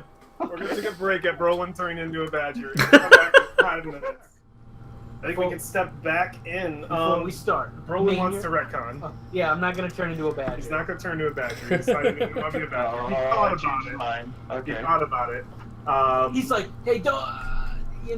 I found those berries. It's not really nothing. Okay, I'll say you're not fooling Ord at all. He's just kind of like, and then, but like you can try to fool the others if you want that were around. You can make a quick deception check if you want. He's like, it was a joke. Do I look like I cast magic? Yeah, go for it. He's like, do I look like I can cast any spell? Yeah, I'm a dwarf. make a deception check. Oh no. That's racist. 10. They kind of look and they're just like, -1. they don't really say anything. They just kind of like go about. He's just like, yeah, Brolin, whatever. And he's just like, or just kind of like breaks the tension of the moment, starts chopping more of the meat up. He's like, "Plenty of this goat to go around," and he keeps handing like over. Yeah, and he's like, give me pass it out. the pepper. Give me the spices. Excellent war. Is there a commotion in the? Did I start a small commotion in the camp? Maybe, who knows? War. So you're still in the tent. Niles Breakbone showing you these maps. He's kind of broken down into talking about a story of his time when he was a recruit of the Order of the Gauntlet. Yes, my family had enough money to send me to the academy. It was actually quite an honor among only a few of my uncles were able to make it there. Our family has always served here with a vigilance. And he says, I believe that during my younger days, and he just kind of like is going on a little bit. What are you doing, War? He's super interested in learning this stuff because the whole anthropology thing, like he's learning all the different things about people. He's like, that was when I slayed my first kobold. I looked down at his small corpse. I thought, how could such a tiny little thing cause so much trouble to the village of Ornania? And I wondered, but I had to do my duty. And so I continued to destroy the whole cavern with my men, We rooted out the entire horde of them. Bastards were planning. Unfortunately, it was, well, my sentiments were ill placed. I was right to slay them. They were planning on setting up some sort of explosive rig to the town hall above. The horrid little creatures were trying to get rid of the community that thrived above them, and did not wish to live in harmony with them. At least they are monsters. Yes. And I must remind myself that. Don't they usually worship dragons? Yes, horrid things to do such. They worship dragons and sometimes even raise them, allow them to grow to their full size and become the terrors that they are. Do you know that there is a dragon in Chult? No. Where is this? Yes. Quite the scare. She doesn't come up this far, but a few of our patrols have seen her flying over the Eldani Basin. They call her Tinder. Is there a story behind that name? Well, her name is Cinderhill, but they call her Tinder because any village that was tried to be built within her realm is burned to a crisp. They say that she takes up in some dwarven holds to the some dwarven mining operations, some dwarven hold to the south. She's quite dangerous, though not sure her size. She flies very high up and dives immediately. She's terrifying. We usually take cover, well, at least most of the scouts take cover when they see her. And we haven't lost anyone to her yet, but she definitely loves to eat undead. So for the most part, the enemy of my enemy is my friend, though I imagine she would never be my friend, let alone just burn our entire fortress to the ground. I am glad her territory is not here, and we will not venture any further south because of that. We will hold the ground here. Let's say when the undead will come this way. Yes. Sounds like a smart thing. It is. Says, I've only held command of this regiment for a mere 10 days. Our journey has been a difficult one.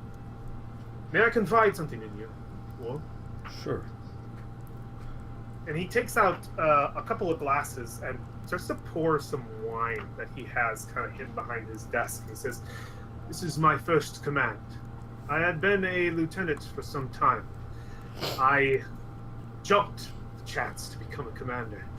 I had trained for it under my mentor for some time, and after I was deemed ready by the high clerics, they gave me this first mission. What a mission has been to try and solve the puzzle of the death curse, to fight back the evil that is instilled here, that grows and is allowed to fester by the mere and not to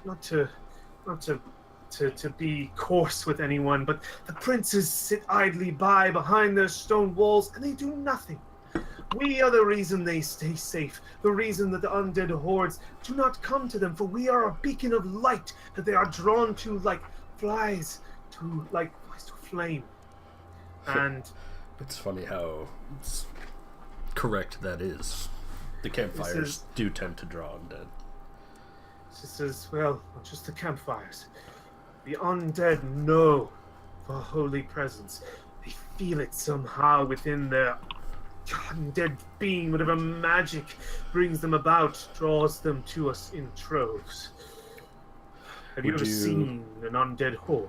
Or have you ever seen them walk from the ground and flesh hangs off them unnaturally? They are but bones. It is terrifying. We've encountered them twice before, but not in large numbers.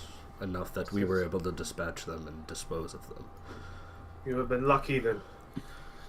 You said they come here. Yes, they come here. They come here in droves.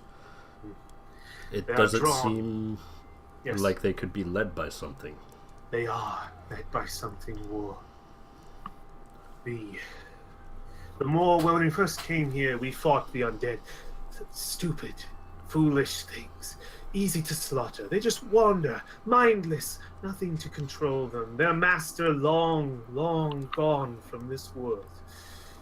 He says they had nothing to lead them, but until we got to Camp Righteous, until we set up, that was when the attacks felt more direct, more articulated. Other undead began to surface, ghoul-like creatures. More meat on their bones, with blue triangles carved into their heads that glowed with an unnatural light. And these ones are smart intelligent beings.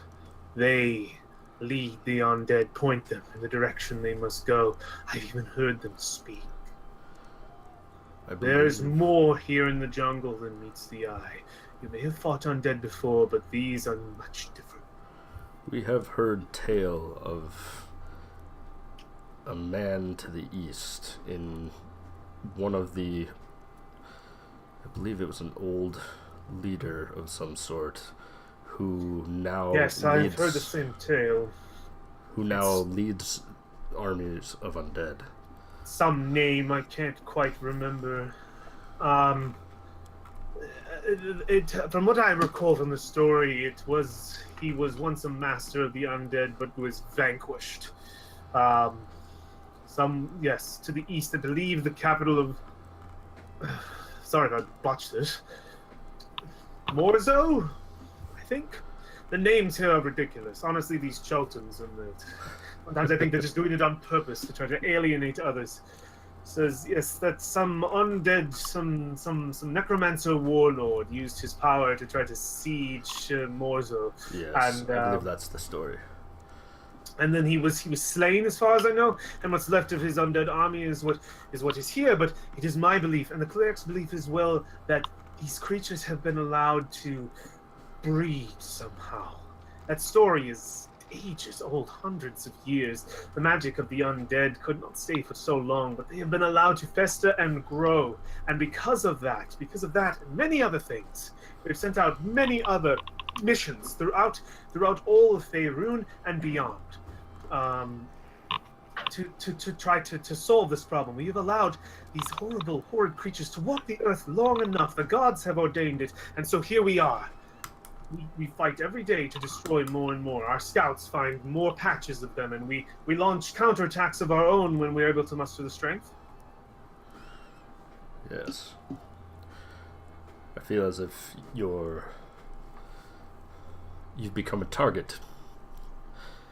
Yes, we have. And you will find that many of my men may be tired, they may be weary, we may be low on supplies, but damn it if we don't have faith. Each of them is more vigilant than the last and is willing to die, willing to lay down their lives for a good cause. Let me tell you something, War.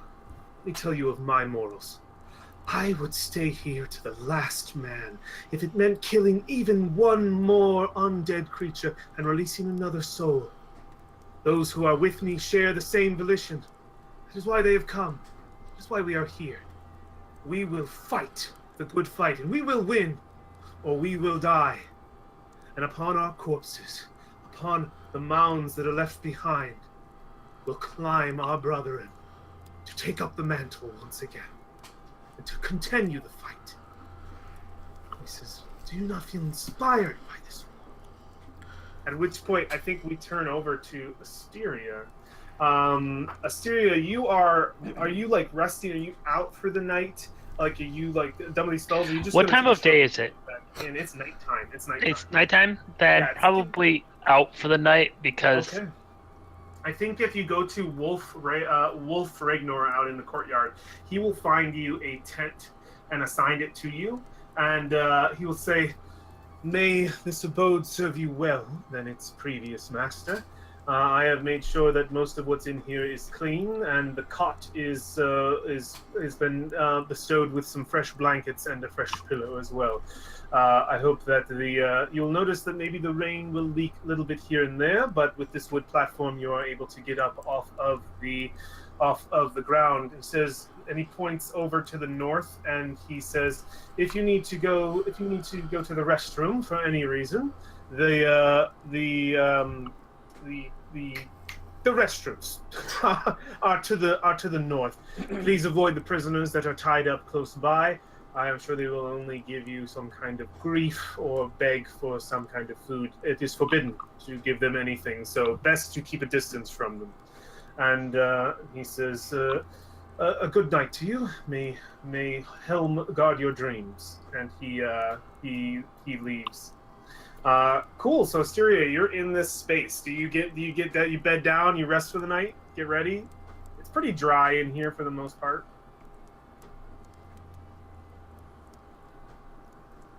Alex. Yeah, I'm good for the night. Okay, cool. Valoria, what are you doing? You got that jug. Yeah, I'm going to go to. I do not remember the name of the lady who's been helping me. Sister Cyrus. Sister Cyrus. I'm going to go to her and ask what she needs of water or wine for treating these people. Says, do you have any fresh water? We would definitely need that. I'll tell her I can give her 8 gallons of it if she has enough room to store it. 8 gallons, and she looks down at the jug. She says, "That's filled with water, fresh water, boiled, ready, like it wasn't pulled from the Ocean Star." It is a trinket that we possess, which can generate that water. Yes. Like, effectively, create water spell. Yes. Says some of us have that gift, but a tool that can do it without spending our power. Yes, please. Well, may we borrow it? It is not mine to lend, but as long as I'm here, I can use this tool to help you. Please, we would definitely need that to wet these rags, to allow some cool water to touch the foreheads of some of those with the fever.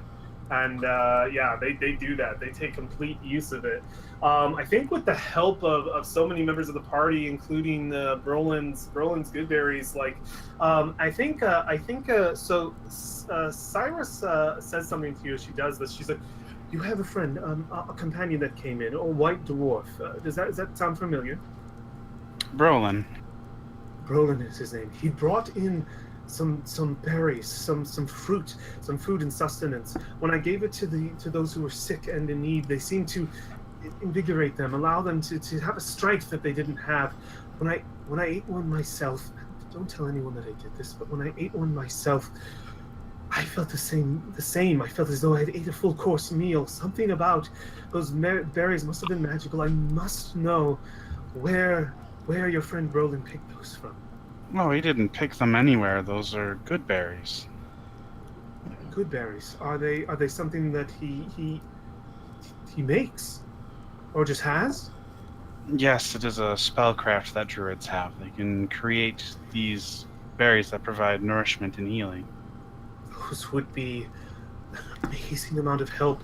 If he has more, I feel very awkward requesting more. You've already done so much to help. If you would so please inquire for him of more, we could definitely use as many as he's willing to give. The rations here are very low, and something like that can fill a full-grown man's stomach in a single bite is... we need that. Of that I have no doubt. He is a Chultan, so I'm sure he would be happy to help fight back the jungle's influence. Good. And you will ask him for me? Certainly. Though I'm sure he would help you if you asked yourself as well. She says, I apologize. I've asked so much of all of you. And she kind of like turns. The tent is fairly quiet now. Some of the sisters, I think she puts a hand on the sisters. She's like, Selendre, I relieve you. And she just kind of says, "Are you sure?" And she's like, "Please go to your tent. You're no good to me like this." And she'll do the same to the other one. She's like, "They are calm. You may go. I think they will be well. I will stay here." She's like, "No, Sister Cyrus, you can't. That's another 24 hours without rest." And she's like, "Do not worry about me. Go." She's just like, "All right, I won't pass up a good nap." And she'll the two will leave. And it's just sort of you, those who are resting her, and she says, I can't help but feel guilt. You've just arrived, and already you have volunteered to do it, but I have so willingly accepted so quickly your help. My pride is hurt. I think of myself as quite the healer, but this place has worn me down so much. Says, I don't know if we can ever win this war. And she turns to you and she says, I am so happy that you've been here to help me, but I can't help but feel guilty. And she gets close to you and whispers, "When your friends need to leave, Why? you must go." She says, "Others came before you. A man and a reptile creature, something I didn't see before. He smelled of lemon. It's very interesting. They came here seeking sanctuary. Commander Breakbone welcomed them with open arms, but when they started to see the conditions of the camp, they tried to convince him to leave, to abandon the mission, to head back to Chult, to rethink the strategy, and Niles lost it. He had them beaten and tied to poles. There was another group that came before, a company of the Yellow Banner. He also had a bit of a rough time with them as well. When they started to list similar complaints, he got frustrated. He force inscripted a few of them against their will. There was little they could do. He has most of the soldiers at his beck and call, but they all took the first scouting mission out of here as quickly as possible, and they took as many of the wounded as I pleaded them to take. But they have not returned, and I can't imagine they ever will." And he says, "Niles Breakbone is a great commander and a great man, but he is slowly losing his mind. If you stay here for a moment longer, he will not let you go. He will inscript each of you, and he will keep you here. And he will not make the same mistake again to send out a whole party of adventurers on a scouting mission. You have to go. Those men that are tied to the pole will most definitely be executed in the next few days. This place is not what it seems." Does he have that power? He has complete authority over this camp, given to him by the high clerics. He was a good man, but not right for this job. Not right at all. Says, we have chosen this path, all of us, these soldiers that you see dying before you, me as well. We've chosen this. We've been given him as a commander by the high clerics, and they speak for Tyr, Helm, and Torm themselves. There is a reason for all this, but I don't think we will survive here. Says, if you can get out, you should. Though it pains me to let such skilled hands go. She puts a hand on your shoulder. I know I've only just met you, but when you break blood with a sister, they remain your sister, no matter what. Thank you for all you've done to help me today. I get whatever rest you can. See what tents Wolf has provided for you. And when morning breaks, I strongly encourage you to find an excuse to leave.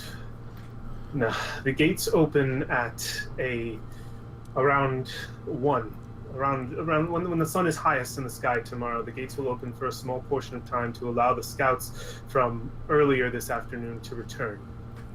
It's at that point that I think you should try to leave if you can. I don't know what Niles will do, but so far, if you haven't shown, you've shown that you can do something here. But I will be very brief in my report to him, in the hopes that you're not deemed so valuable. I understand. I do have a request from you, one that is selfish and you may decline. Would you leave this jar here with me? We need it very badly. Fresh water is difficult to come by. It has to be boiled. And even then, it can cause disease and make things even worse for those who are sick in these tents.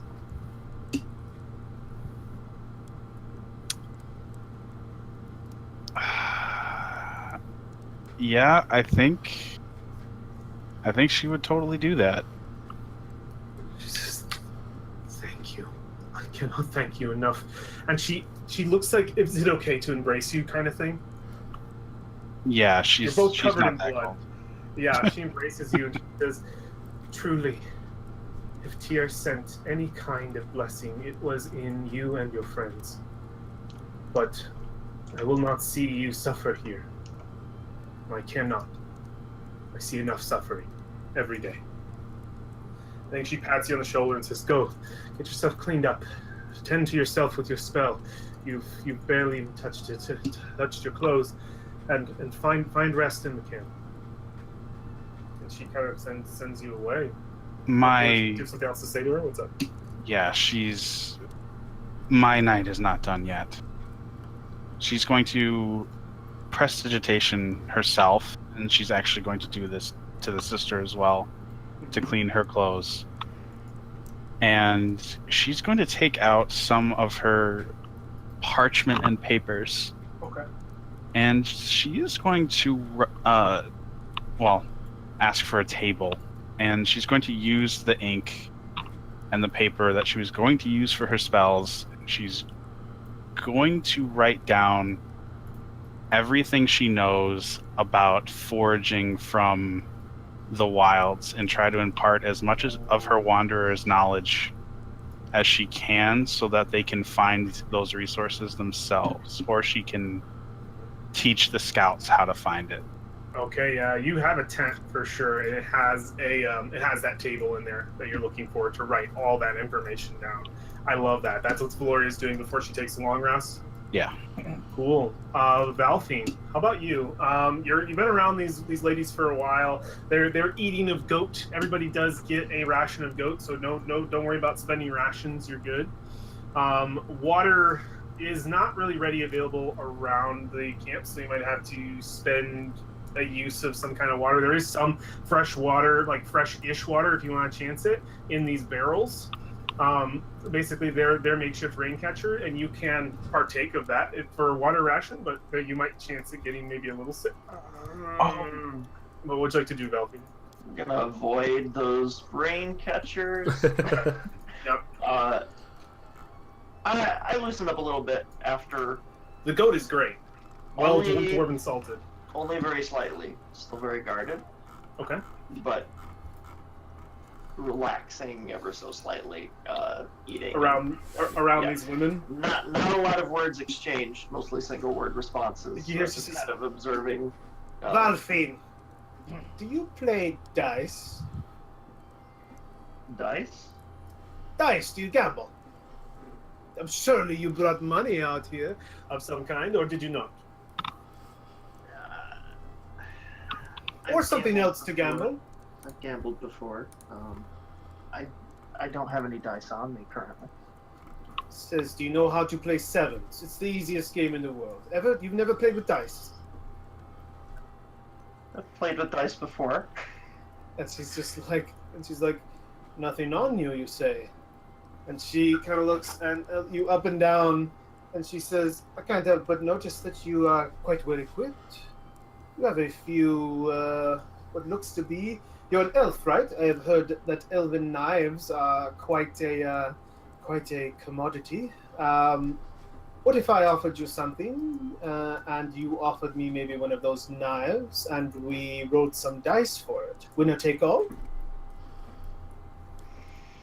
You could always win it back from me too. She hesitates.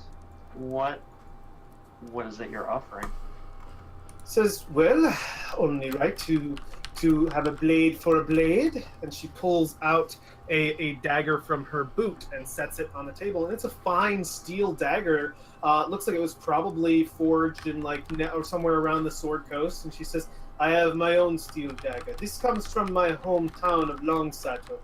And she says, I have always had a great interest in the elves, and if you have an elven dagger on you, and I have this weapon here, perhaps we can gamble for it. This is a rare kind of dagger. You see, it holds my family's crest. We make some of the best weapons in all of Longsato. The goat Ember of Neverwinter even enlists my family in making. So they are of fine quality, I guarantee. Of course, probably not enough to come close to your dagger, which is why I offer a second one. And she puts a second dagger down. It's like, you have two daggers you could win, and I could only have one. We simply roll the dice, and the one who gets a 7, basically, you get a 7, you win. If you don't, we keep rolling. Is there anything special about this dagger that I can see? The two daggers? Make an investigation check. She's okay with you picking them up and looking at them. Okay. Seems like you're like average run-of-the-mill dagger. Like, there's nothing super special about them, but they are of a very fine steel work. They are both two functional daggers for sure. And so is yours effectively, but yours is elven craft, which definitely is a better metal. But two of these, I mean, they're of good steel, and it would be two daggers versus your one. That's probably the most you have to benefit from.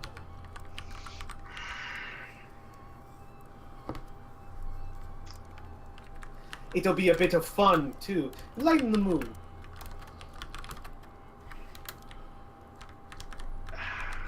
I have... Okay.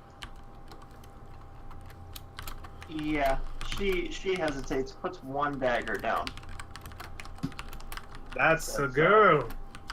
And she says, "All right, let us begin our rolls." And she like picks out of her pocket two wooden dice that have been like carved to be 6-sided dice, and she hands you one. And you can see they have different symbols on them, but they look probably something from her hometown. You see different symbols of like horse heads and carriages. But within the sort of ornate carving, you see the markings of the number, and it's 2d6. And you both roll 2d6 at the same time and see if either of you get 7. If you both get 7, it's a tie and you keep going. If one person gets 7 and the other doesn't, then that person wins. And if nobody gets it, we keep going. So let's play 7. As I hold the dice in my hand, do I notice anything strange about how they handle? Ooh, make a perception check. Yes, please. She could use Mage Hand to tip the dice in her favor, couldn't she? I don't know if Mage Hand's invisible. Okay, they feel fine in your hands, like just normal dice. You don't even take the time. You're just like ready to roll. All right, roll 2d6 for me. Let's do it.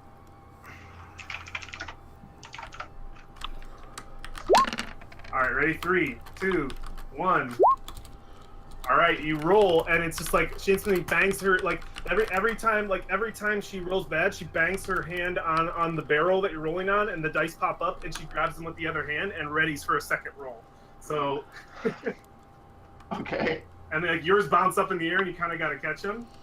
So come on, elf girl, keep up with me. She rolls again. Damn it! Close. Watch us never do this. We're just doing this. Boom, boom, boom. All right. All right. Yeah. We just see. So the game is moving on. It's going back and forth and back and forth. Roland, what are you doing? You can hear the banging. Really? Oh, really quick. May I interrupt for just a second? I noticed that Valfiend is actually on the way back to my tent. could, while I'm on my way back, and hopefully before she's too into the knife dagging, I can tap her on the shoulder and ask her to meet me in my tent before she goes to sleep. Ooh, okay, yeah. So you're like in the middle of this, and between rounds, Valoria does this. I nod in response. And I think the ghost says, "No cheating now." And she's just boom, one hand on the thing. Picks up like the lid to the barrel is a little wobbly, so when she bangs on one side, it makes the dice pop up, and she just grabs it and she just rolls again. Okay. So Brolin, what are you up to?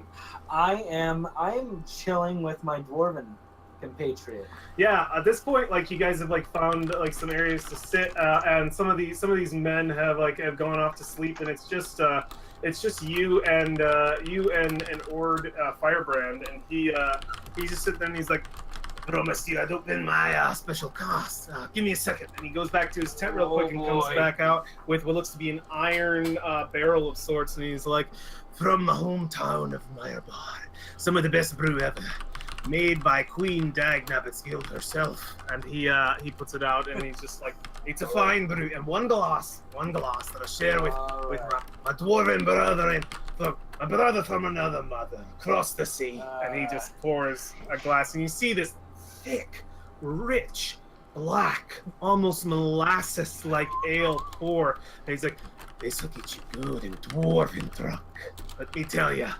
And you take a sip, and oh wow.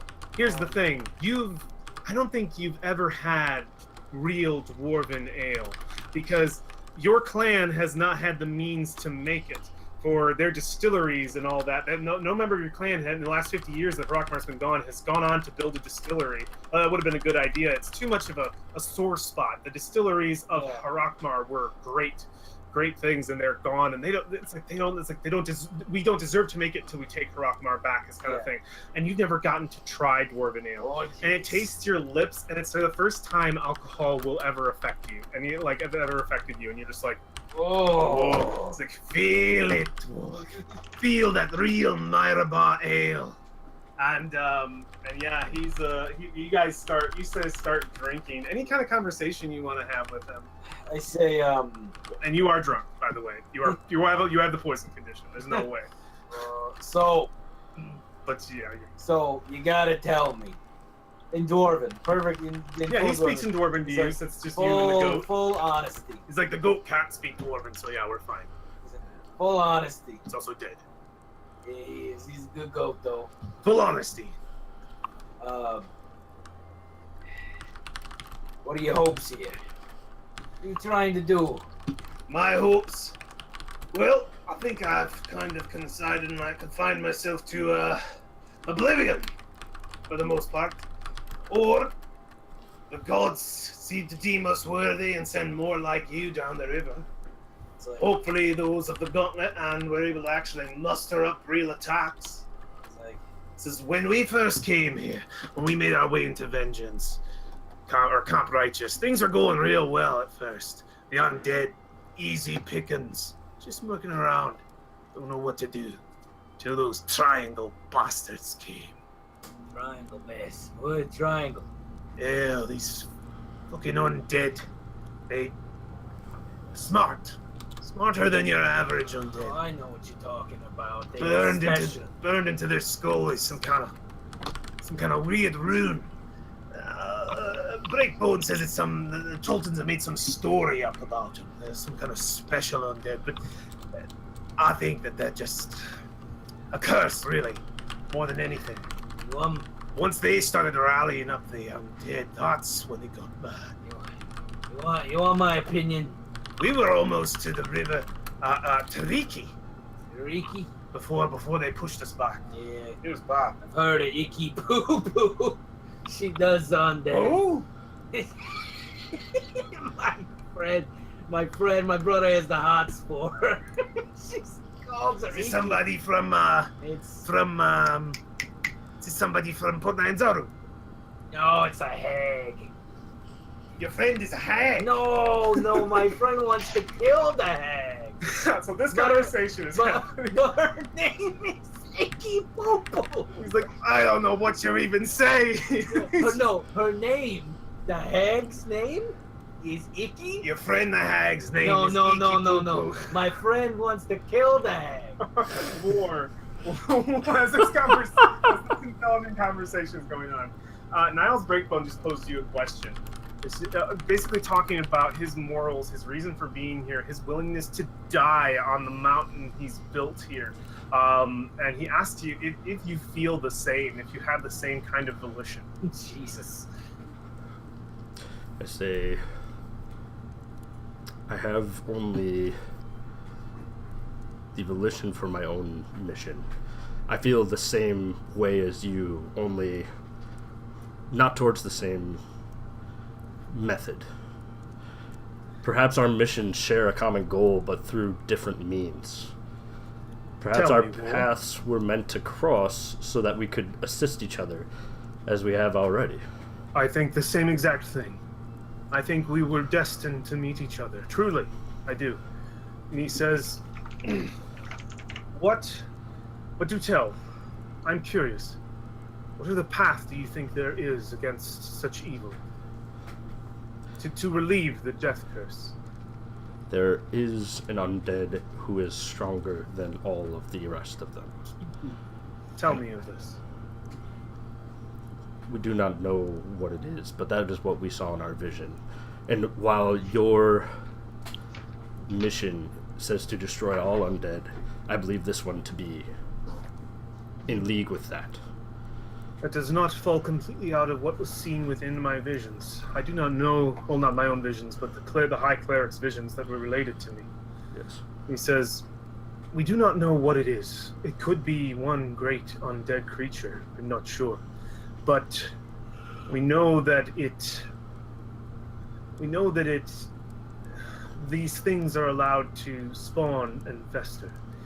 They come from the south, but it is my belief, because we have seen more hordes come more often. They are routing a way around us. They are trying.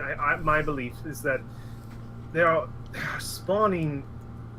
They are spawning from the east, further into the undead lands, possibly near the river Tariki.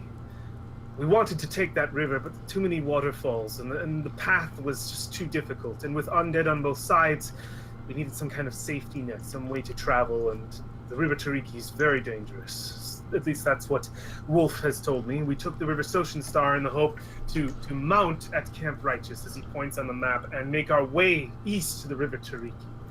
It was there, we hoped, that deep, deep in the jungle was the source of the undead, and on the way there we would slay as many as we could. And we had hoped through the well proven to work tactics of the Order of the Gauntlet that we would fight, take a mile, build reinforcements, fight, take a mile, build reinforcements, and slowly build a wall across all of the jungle, effectively stopping them from coming in any further, and in a way being able to source out exactly where they're coming from, whatever pit from the abyss or evil demon spawn or whatever is summoning this thing, we would find them and we would destroy them. Of course, we are no longer capable of such an incursion. I should have requested 1,000 men. They gave me 100, but we will get reinforcements soon, I imagine. Maybe with your help, we'll be able to. You were able to make it up the River Soshin Star, perhaps with a few of you who are good with navigation. We could send another envoy north within the week. That would be most that would be good. Our mission is to ascertain where exactly that source that you were speaking of is. Our mission is the same, War. Yes. We just as with the Company of the Yellow Banner, we share the same volition, the same goal. It does sound that way. However, our means are different. The gods have seen it fit to give us different visions. This means we have different missions, probably towards the same goal. Do you not think that the gods would work together towards the same end goal of ending this death curse? The gods are a lot like us. A lot more than you think. There are those that are trustworthy, and those that are not. And those that are somewhere in the middle that like to play both sides. I trust in Tyr. I trust in Torm. I trust in Helm. Gods of justice, truth, honor. And that's what I hold true to.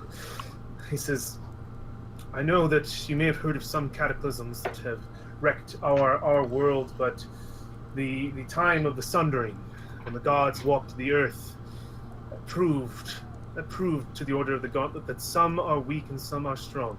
For you know, the only god that kept his post during that time, the only god that did not walk the earth was Helm himself. For he did not disobey the Father Eo.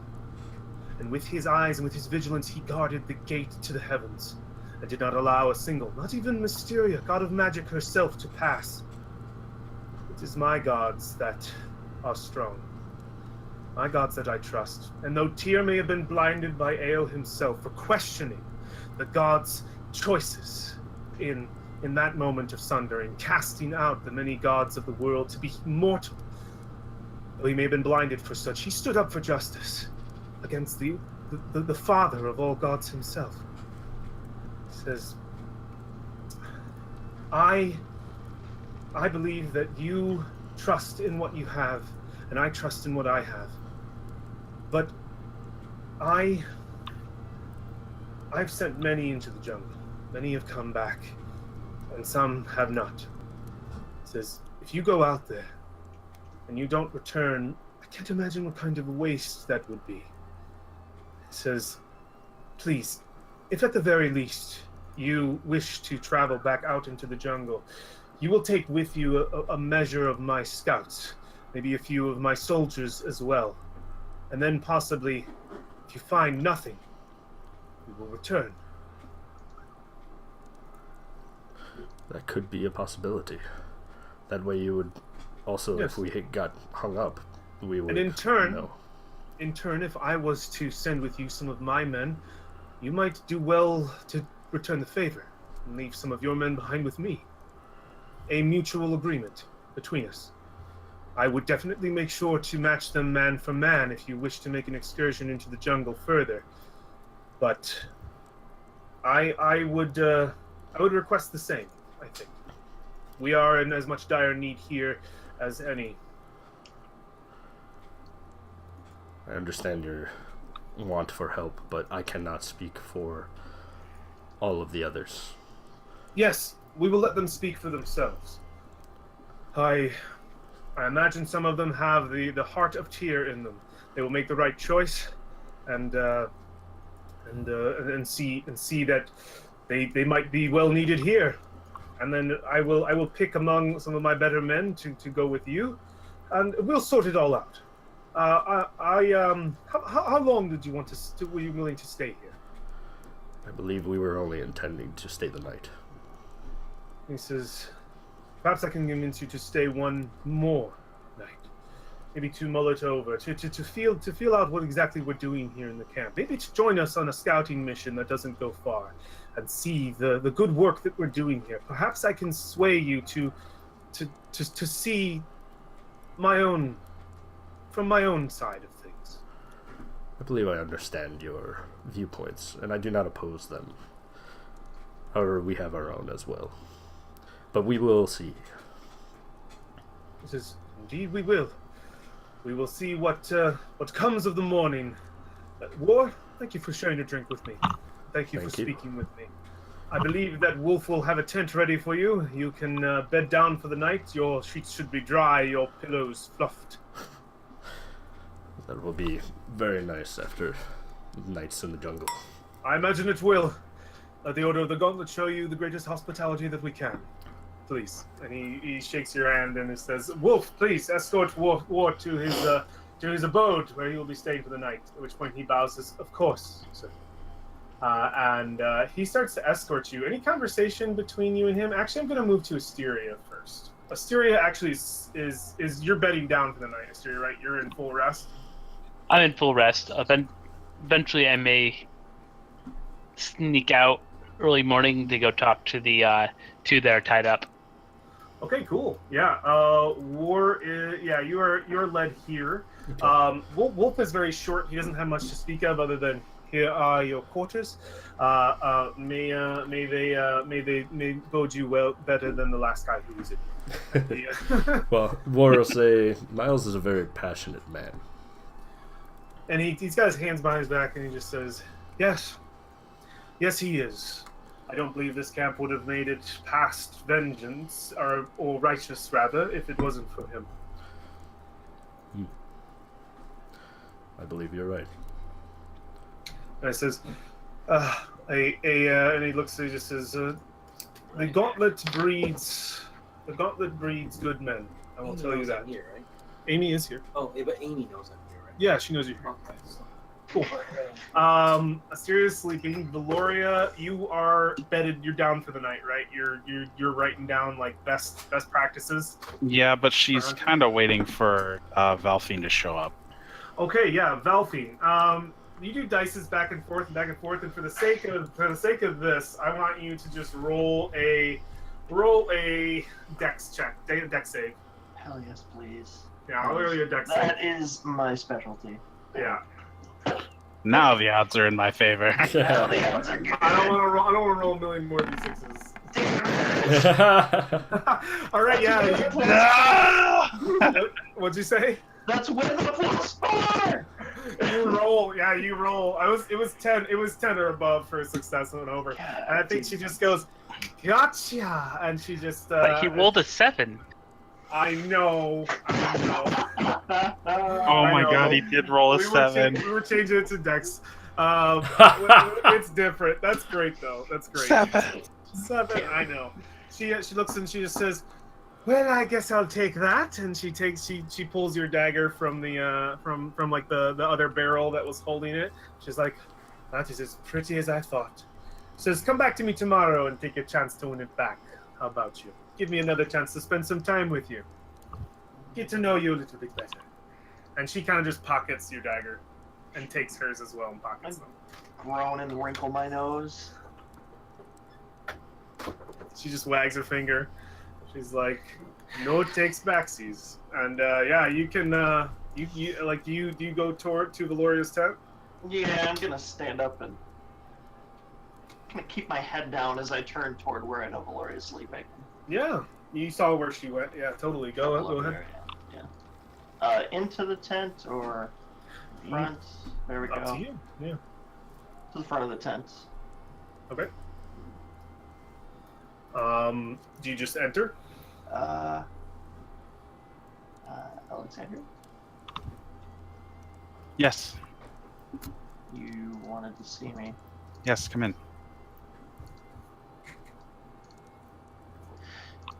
She is laying on her side, legs splayed out, in her undergarments. There's candles lit. She says, "I've seen how you looked at me, Valfine." All right, so serious now. I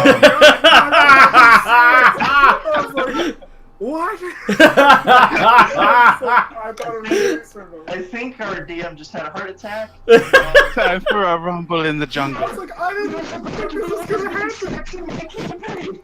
I didn't think this was gonna happen in the sweaty bug camp. This is revenge for an Athriel, lad. All right. So what really happens? So yeah, she's still writing, though I think at this point she's probably done enough that she has the Red Mage's discs out, and she's studying his stuff instead. Once Valfine is in the tent, Valoria will curtly say, "Close the flaps, please, and keep your voice low." Oh, okay. She will then cast the alarm spell around the 20-foot square of the tent. What are you doing? This camp does not mean well for us. I've been given information about the commander and his fervent behavior. I knew it. I could. The second we got here, I knew there was something. Your instincts did not betray you. I was hoping it was just them happy to see other people, but it appears there's a deeper darkness here. What do you know? They don't truly mean us any harm, but their leader is a zealot, and he believes absolutely in his mission, and he has the loyalty of his men. He will keep us here. We have unfortunately shown ourselves to be useful, and he will not let us leave. Not without a struggle, verbal or physical. I'd prefer to avoid both of those situations, so I was hoping I could request your help. What do you need? I need everyone else to know the situation before anything develops, and I know no one more quiet in the shadows than you. Oh no. So, I'm going to tell you everything I know, and if you can, please get that information to everyone else. I will not be able to do it.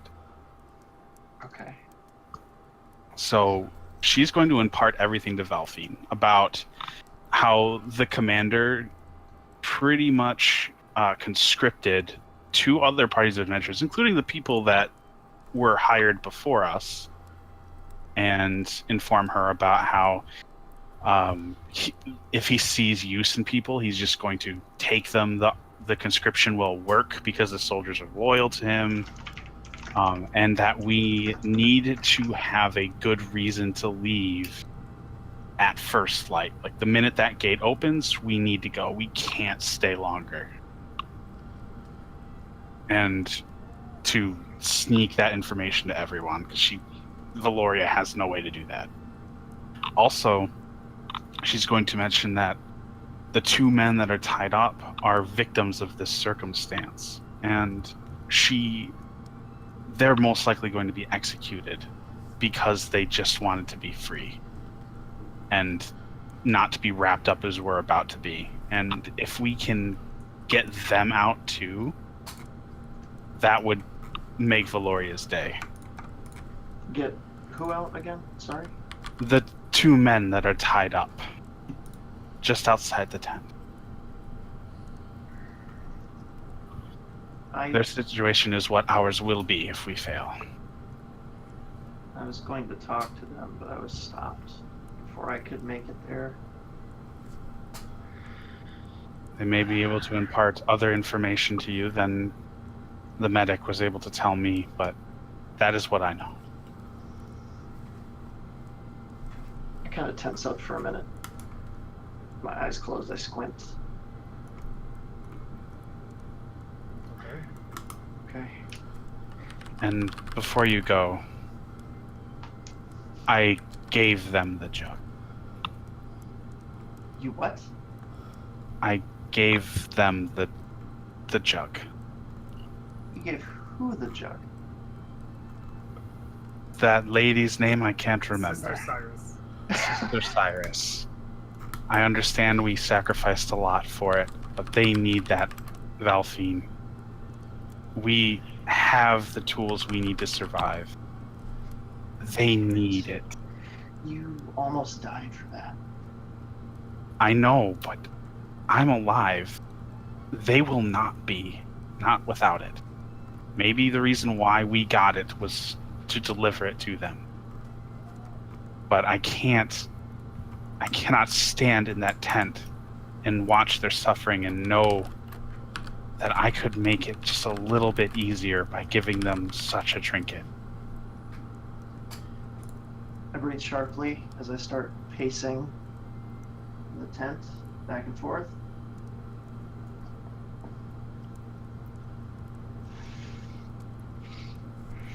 I know you are attached to it. Valoria. Yeah? The alarm goes off in your head. Where is it? Like, there? Yep. I dash out of the tent. What? All right. You dash out of the tent to do what exactly? Are you just looking at that area? Well, I'm going to say, who's there? Stepping out of the shadows, you see Wolf. He steps out and says, "Good evening. I'm looking for your friend, Gloria. You see, a few of you have been able to bed down for the night, and I need to make sure everybody gets to their tent proper. I've been looking for her, and I'm unable to find her. Do you know where she is?" You said my friend Balfine, Valoria. sorry, Balfine. Okay. Last I saw, she was doing some knife gambling dealy with the other female warriors. DM, do I hear this? You do. I think Yeah, you, like Valoria's being not quiet about it. I still need a deception check, even though what you're saying is true. You just know that that's not the last time you saw her. So go ahead and roll me a deception, and I think Yeah. I just want to see what it gives you. Almost slipped it by. I'm kind of almost dead. All right, hold on. She's somewhere in this camp. That's what he's I'm sure she's somewhere. One question while he's doing that. Yeah. I'm pretty sure I know the answer, but I have to ask. Can minor illusion be used to speak? No, it cannot make any sound. So something just It can make sound or Oh. image. Can it be Can made be to a speak? sound, but can I do speaking sounds? Post the spell for me. I need your opinion on that. Yeah, because... post the spell for me first. But before the deception, I just want something that Wolf would have said as you popped out. Who's there? Who says keen ears? I think he would have said that because he almost like surprised that you like popped out so quickly immediately as he approached. So yeah, he would have said that. But deception 14. I think when you say that and he says, "Oh, that's right. She was over with the other ladies. Perhaps they know where she is. I will go inquire with them. My apologies for disturbing you.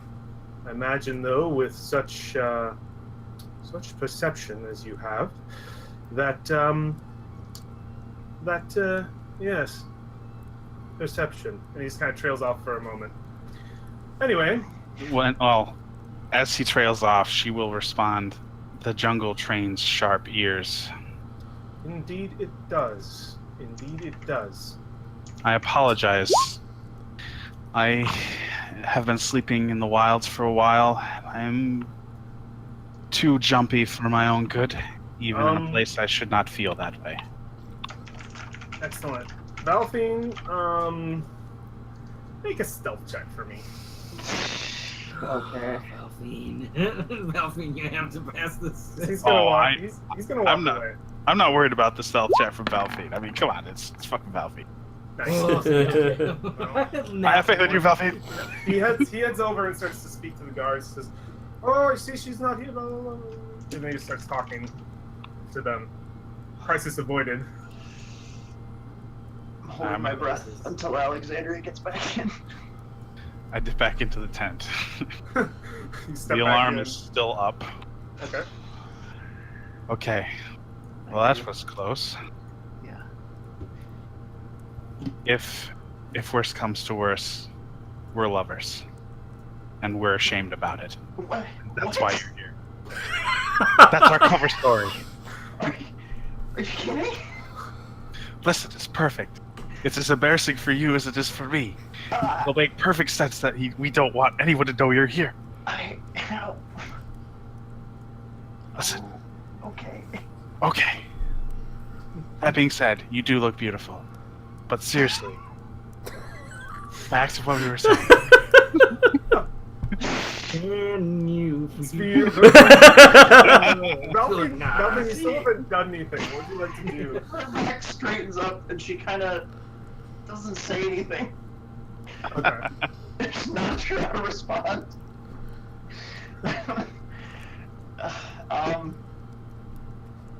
Did you read the spell out? I posted it in Roll20. What do you think? I It says need it your- can be your voice for the duration. Ultimately, So Okay. Yep. It says it can be a voice. So- okay, and it says it it can be lasts your- 1 minute. So can I space them out? It's a cantrip. Yeah. What did you want to do? What's the goal here? It's somatic. I just want to relay. Yeah. Tell me your plan. some basic info to each of the party Oh. members. What's the range on it, actually? The range on 30 it is feet. right here. 30 feet. 30 feet. Yeah, I could say that you could do that, but they and it's like little whispers. I think that would be. Yeah, and it would be inaudible, so it would be very low. My only thing. Does the spell say? One sec. You create a sound or an image of an object within range. It lasts for a minute. The illusion It says you also can be ends. your voice. Do you have It to can also see be it? Volume can distinct. be a range of whisper to a scream. You have to see it. You have to see where you're casting this. Let me. Can Jake check D&D Beyond? I've got the same description as all, but Okay. image of object. Yeah. Is it something that you need to see? It just says within range. Yeah, it just Okay. says within range. There's no what you can see within range. So is everybody cool with that? The effect of this is to avoid sneaking around tent to tent, which I think is cool. It's a cool way to use a couple rolls, yeah. a couple of rolls. Intelligence. Excellent. You can do that, and I think you can relay the gist to both Asteria and War. Asteria War, you can be awake for it if you want, or you can sleep right through it if you feel like that's more thematic to your character. But it's just some whispers.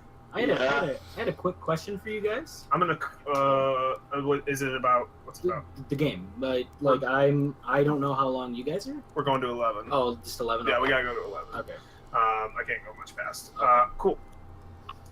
So you do that, Delphine. Now you send those whispers out, and then what do you do? I want to wait until you actually do like a real thing, like a movement version thing. Like, where are you She going? closes her eyes, and it's somatic. Yep. So Alexandria sees me concentrate for a moment. I kind of move my hands in front of me. One hand, not two. Silently for 1 minute Okay. to War, and then the next minute the same to Asteria. I don't open my eyes until they're both complete. All right. Cool. You can totally do that and relay all the information that Alexandria has given to you. You guys can receive that for War and Asteria. War and Asteria can receive that information. Brolin, I think, is not only out of your range, quite a bit but out of range. it would be really weird for that to happen with him. So Where do you I- go from here? I exhale. Mm-hmm. I don't know if they're still awake to hear it, but You do know that the elf wolf is looking for you around this area, so it's gonna take at least one check, I think, for you to get out of here and like make it seem like you weren't in that tent and you were just kind of wandering around and Okay. to happen upon him. You know he's looking for you. You heard all Yes. of that. yes. So, you could try to make that check if you Okay. want. Make it Can look I- like you're not can coming I out of here. check and see if I can come up behind him from like this Yeah, area that here. depends on the stealth. Yeah, let's see the stealth check. Okay. Shit. Elven combat! Dun dun He has an active perception check right now, so because he's looking for you, so I'm gonna roll it publicly. All right. Stealth, Shit. yeah. So you two are lovers. Remember the sexy time! So yeah, you. So where does he stop me? Like where can I? He Because doesn't if I stop were you. to move, if I were to move this He direction, doesn't stop you, but do you come right out of the tent, out that way, or Yeah. do you go out the back? there's no back to the tent. it looks I think like. he just sees you come out of the tent. I think he turns over and just says, "Oh, hello, Valfine, was it?" He Yes. says, "Funny, I was looking for you over there. I could have sworn that you weren't there. A very reliable source." Damn it. There goes my rep. And he says, "I was, no need for me to pry into personal business, of course, but I was simply just looking for you to introduce you to your abode, your home while you stay here, your tent." I was attending to some personal business. He says, It is no business of mine what friends do together. he says, I am simply here to escort you to your tent. As you wish. And he says, please, right this way. Okay. He just, as he's escorting you over to this tent, I think as he turns to like open the tent to like usher you in, he'll just say, I would give you some advice, if you would have it. Yes? Do I have a choice? No, I suppose you don't. It just says, when you're caught in a lie, try your best not to look so guilty. And also know that the gauntlet is accepting of all lifestyles. So don't worry. And he says, but please enjoy this tent. Maybe not as much as you enjoyed the other. Anyway, Stuffy elf cap. He's like, yes, well. Velveet is standing there as he walks away. She looks mortified in the dark. Yeah, she's mortified. Can we have Valoria sticking her head out of the back of the tent, giving a thumbs up and a big smile, like? Can it be canon that the elf mistakes it for like he's doing it to him? He's like, good. Like I think he just quickly wants out of the situation. That was very I stiffly turn and shuffle into the tent. All right, Brolin, you are the last one left awake this night. What are you doing? I think you are well drunk. You have finished this goblet of ale. We've gone through dark stories about our families. I don't think I don't think that Firebrand has too many dark stories. No, not dark stories, but just like my brother fucking sucks. It's like your brother sucks. I got 7 of them. Don't talk to my brother. Will you get into a dwarven?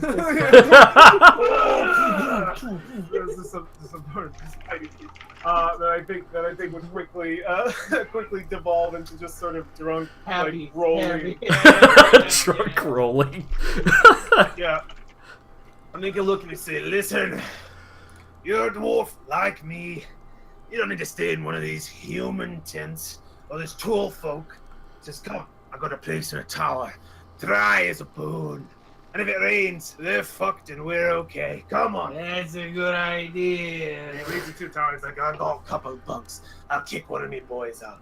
And yeah, he does exactly that. He leads you over to this tower. Thanks. You see a couple Chultons, and he's just like, all right. The tower to the south's got a few more rooms. Move out. And you see these Chultons kind of get up, and they look like just strip Chultons, but they are in like they seem to be fairly well dressed. They have their own rations, and they don't seem to speak the language, and they just kind of say a few things in Chulton, and Firebrand says a couple things in really brass, like bad Chulton, and they just kind of like, no, and they just like basically trying to tell him to calm down, and they just like, not worth it kind of thing, and like call the others over to leave. They were kind of just all hanging out with like the hammocks, and it's pretty dry space. It's like a barracks of sorts. Okay. So it's like, don't mind them. Chulton's scouts are hired by Niles out of Port Niles. They serve their purposes for the most part. They feed the cops. They don't die. Tell you what. They ain't quite strong at fighting, but they're good at running. Yeah. You guys share an ale with each other as the night begins to fall, and I think you are all able to get as good of a rest as you can in a camp where you might feel a little claustrophobic, a little trapped, and I think day will break. At which point we will turn on the global illumination. How can 15 minutes of gameplay evolve into 15 minutes chaos? of gameplay change anything? Tell me about your guys' morning as you awaken. I want to know what you're doing. The camp is up and pretty active for the most part. fairly early in the morning, especially the priestesses. They have filled out into They have filled back out into their respective places, traded shifts. There's always about 2 priestesses who aren't working for the most part unless they really need help.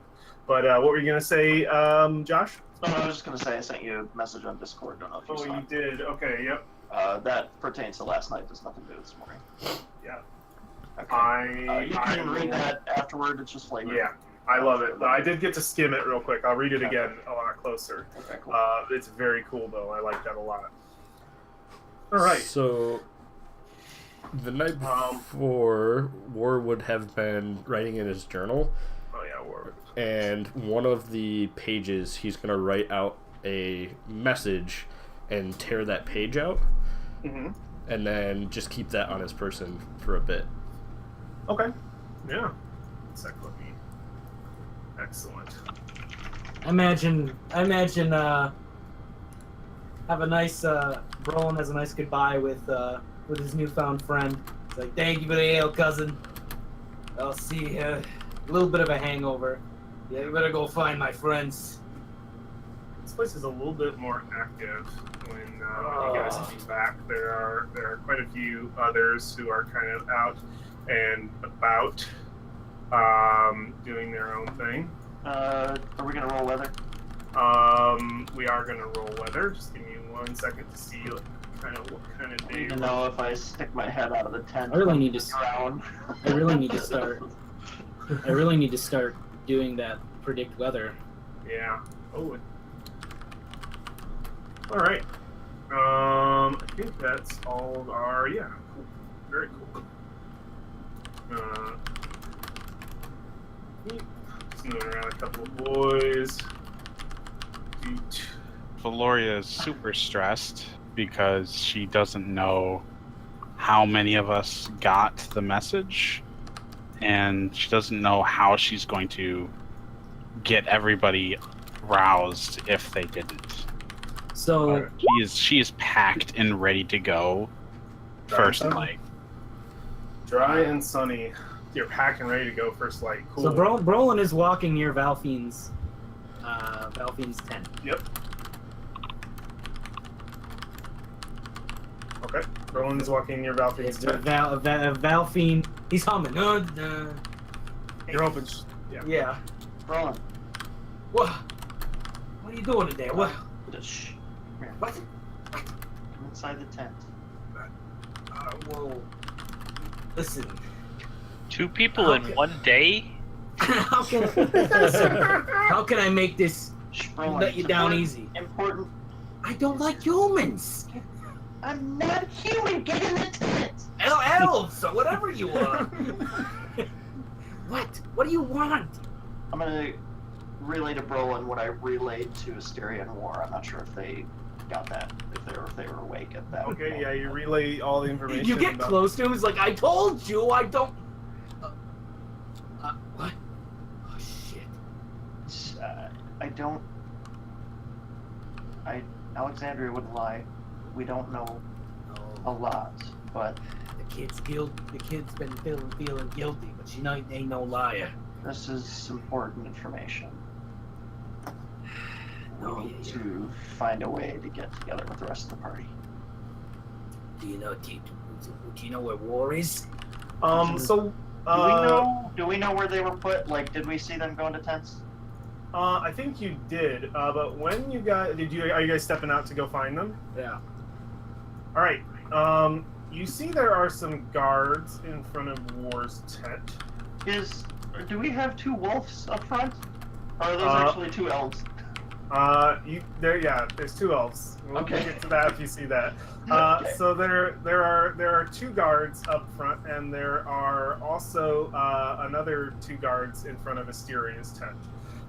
War and Asteria, your morning is, whether you awoke or not, your morning is slightly disrupted as some guards seem to be calling you out to say good morning to you. We got a message from you from Niles Breakbone, commander of the fort. All right. Do War comes out? Asteria, do you come out as well? Yeah, I'll come out as well.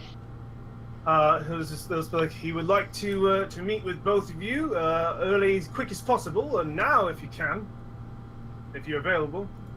Okay. Yeah, I'll go with war. Excellent. So yeah, you these two are escorted to Nile Breakbone's tent immediately in the morning, and you guys see them kind of get shipped off for a moment. What do you guys do, Valfine and Brolin, when you see this? So we see them get taken away. As we notice them, I kind of put a hand, stop, hold up.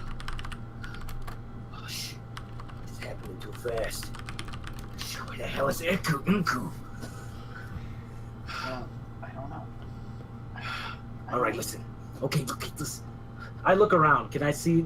Are there any guards behind us? The guards that you know of is that you see Ord Firebrand is up in his tower. He has a Chultan scout up there with him. There is a soldier up in this tower over here, and there seems to be somebody well armored for sure, like well set up. Somebody who looks like probably one of the tougher soldiers, a lieutenant possibly or a veteran, who's standing watch of the two guards, or the two prisoners. He's just standing there. He's got his sword down on the ground. He's kind of looking around. And she told me about the two captives, right? Yep, yeah, okay. the everything Valoria. Oh shit. Oh jeez. All right, listen. We gotta play this cool. We gotta be quick. Where's Alexandria? I don't know. I don't know. Alexandria, what are you doing? Well, like I said, I got ready to go immediately, first thing in the morning. Yeah, you're ready to go for sure. Yeah, she'll step out. I'm sure she'll be hearing them because they're pretty close to her tent. Yeah, you can step out and see them. Morning. We say, you can obviously see Brolin's a little nervous. Something to note: the camp is alive. If that isn't already evident. Some people were probably asleep when you first came here. There, people have poured out of their towers or their places. There's a lot of talking. There's still campfires going, but it is morning. The camp is alive. People are moving about and doing their duties, their chores. Okay, you can tell Brolin looks nervous. Okay. He looks at you like with a straight look, like, "Morning. You sleep well last night?" Yes, I slept as well as I could expect to. But I believe we all agreed, she says in a very forced voice, that we needed to start adventuring right away. Oh yeah, no, I agree. I Getting peek that, over Roland's getting- shoulder. Oh, no, I don't even peek over his shoulder. He's short. He's a Yeah. dwarf. He's like, "Oh yeah, I agree." Kind of look at you over the top of his head. I almost imagine you're trying to hide behind Brolin. Yeah, she's got her arms around her front, and she's kind of Yeah, almost wincing. Brolin, he has his arms crossed. He goes, "Yeah, it's better to get exploring soon. We might be able to find some undead." Yes, to kill some undead, for sure. Yeah, I agree. Let's go find war. All right. Yes. Valoria. So I am Valoria. Oh, no, I mean Alexandria. I am Alexandria. Who the hell is that? Asteria. Asteria? His name is right there under his Alexandria. portrait. Under his portrait. Alexandria and Asteria. That's so. So as War and Asteria enter the camp, Niles is going over some maps at this moment. He's all still dressed in his full regalia. He's got the armor on, his sword at his side, and he looks up and he says, "Oh yes, you've arrived. Good. You met my summons quite quickly then. Good. I wanted to get a head start on the day as soon as possible. You are guests here. War, you and I spoke the other night. Asteria, Lady Asteria. I believe we only really got to meet at the gate. I feel almost rude as your host. Please let me introduce myself to you properly. Niles Breakbone, commander of the 56th Regiment of the Order of the Gauntlet, and also commander, of course, of the fortress you stand in. He said, "Please," and he said, "Take a seat." War, the chest. I'll just drag it over again. Excellent. And he's just like, I know I haven't been able to do too much formality with you as well, Asteria, but you seem to be, I could hear the way that you speak, you seem to be a lady of some form of nobility, so I believe that we can also see a little eye to eye on matters that are at hand. Now you have entered my camp and received an entire night of sanctuary, which, of course, I given to you with no cost, no strings attached, of course, as I promised. But I want to talk on the matter of your residence here, or when we will be seeing you go. Well, as long as you stay in the camp, I would request that if you do decide to stay and seek some time of solace, you will be required to make some, you and the rest of your friends, some chores, maybe a few missions, and keeping up on the up and up. I've invited you here, Asteria, mostly because I got a bit of a good word. I had spoken to my head priestess, Cyrus, Lady Sister Cyrus. She said that some of you were of some help, but a little bit inexperienced. She happened to mention, and oddly enough, she seemed a little upset about it, that you might know some sort of healing magic.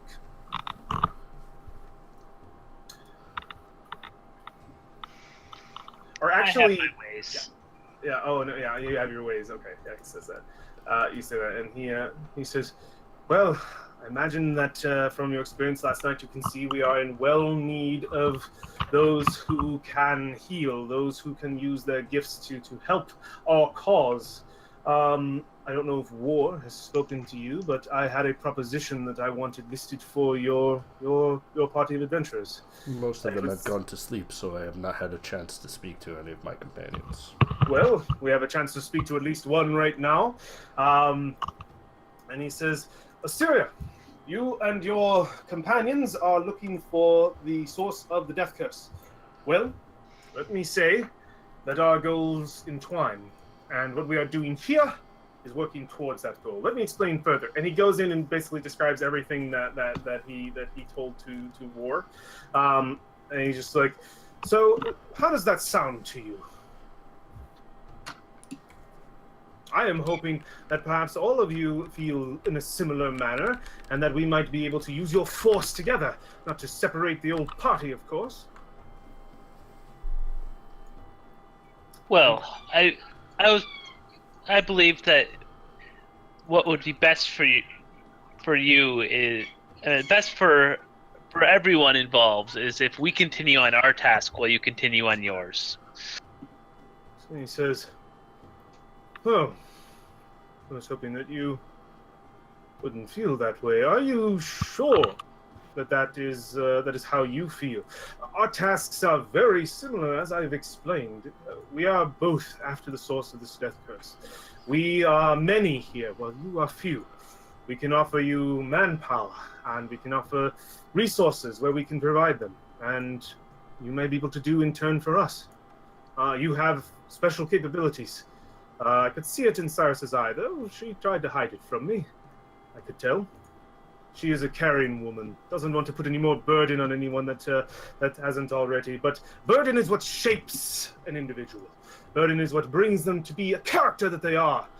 And through that burden, they struggle through adversity and overcome and come out on the other side heroes. You want to be a hero, don't you? This is where you're going. I am a scholar, sir. He says, yes, scholar. I can tell you are of the bookish type, but your talents can be used outside of the realm of battle.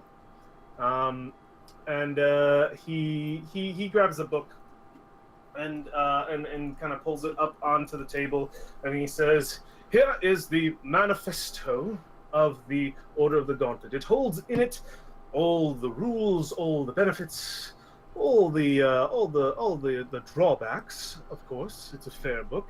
And all of the, and it's only like, it's a small book, and all of the other quirks that come with being a member of the Order of the Gauntlet. You can have this, and he pushes it over to you. Please take it. I have many. I And, glanced through it a little bit. Yeah. Yeah, it's definitely like a military organization. It's like, hey, enlist today, hero. Like it's very much like pay for your college through Neverwinter. Like all these great things. Basically like the army kind of The thing. few, the proud, The few, the proud, the tool. the fewer. The fewer. What's going on? So while Breakbone's trying to sell this to Asteria, what's going on with the rest of you guys? What are you doing? I imagine everybody's getting like I imagine like it's a camp, it's regimented, very much waking up to eat breakfast. Yeah, you try to find some breakfast? I just say, well, let's look into Valfine and Alexandria. You got it. You got it. Nailed I it. say let's go get something to eat, and then we can go adventure. We can probably find war. So Hysteria. you guys head towards the smell of food coming from here. You can move your tokens in that direction if that sounds good to all of you. Very contrast to the meat, the well-salted dwarven meat that you had last night. This seems to be and the cook seems to be a veteran soldier going through. And when you stare into the pot, you see gruel. And it's just sort of this watered down, sort of like vegetables in it, like the broth might, like it doesn't. And when you get closer, it kind of smells a little bit like it smells like steak that's been overcooked, a little bit. And he's like pouring out a bowl and just like handing it to people, like here's your ration, just down the line. And he looks to you, says, you're all inscripted. You guessed. You're the guest. That's right. All right. I'm ordered to give you one free ration. There you go. And he starts handing you guys this soup. Thank you. You remember that soup that Aragorn got from Eowyn in the second movie? It's like floating junk. That's what you're getting. Boy, my favorite. Did you just like toss some berries in there? Just Yeah, it's like. Like, let me give you my special spice. Hey guys, Just a I berry. look at all of you guys. Let me give you some of my special seasoning. Just a berry. Well- Spend the berries. Oh, they only last Yeah, like an hour. when he starts to take it, I say rather loudly, actually, no, we're not conscripted. We actually have our own food as well, so no need to worry about us. He says, That's true. you know, from our back, more food for the rest of them. All right, ding, ding, ding, ding, ding, breakfast. And he's got a little bell next to him. Yes, good call there.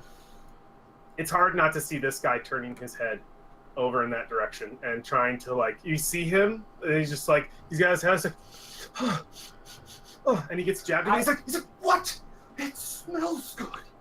It's just like, oh. He's like, so I look to Alec. I look to everybody. I say, oh yeah, those were those no good prisoners, dirty deserters. He like kind of looks over and he's like, yep. Well, I've had enough of deserters. And I look to both of you, and I say, let's go see what they have to say, huh?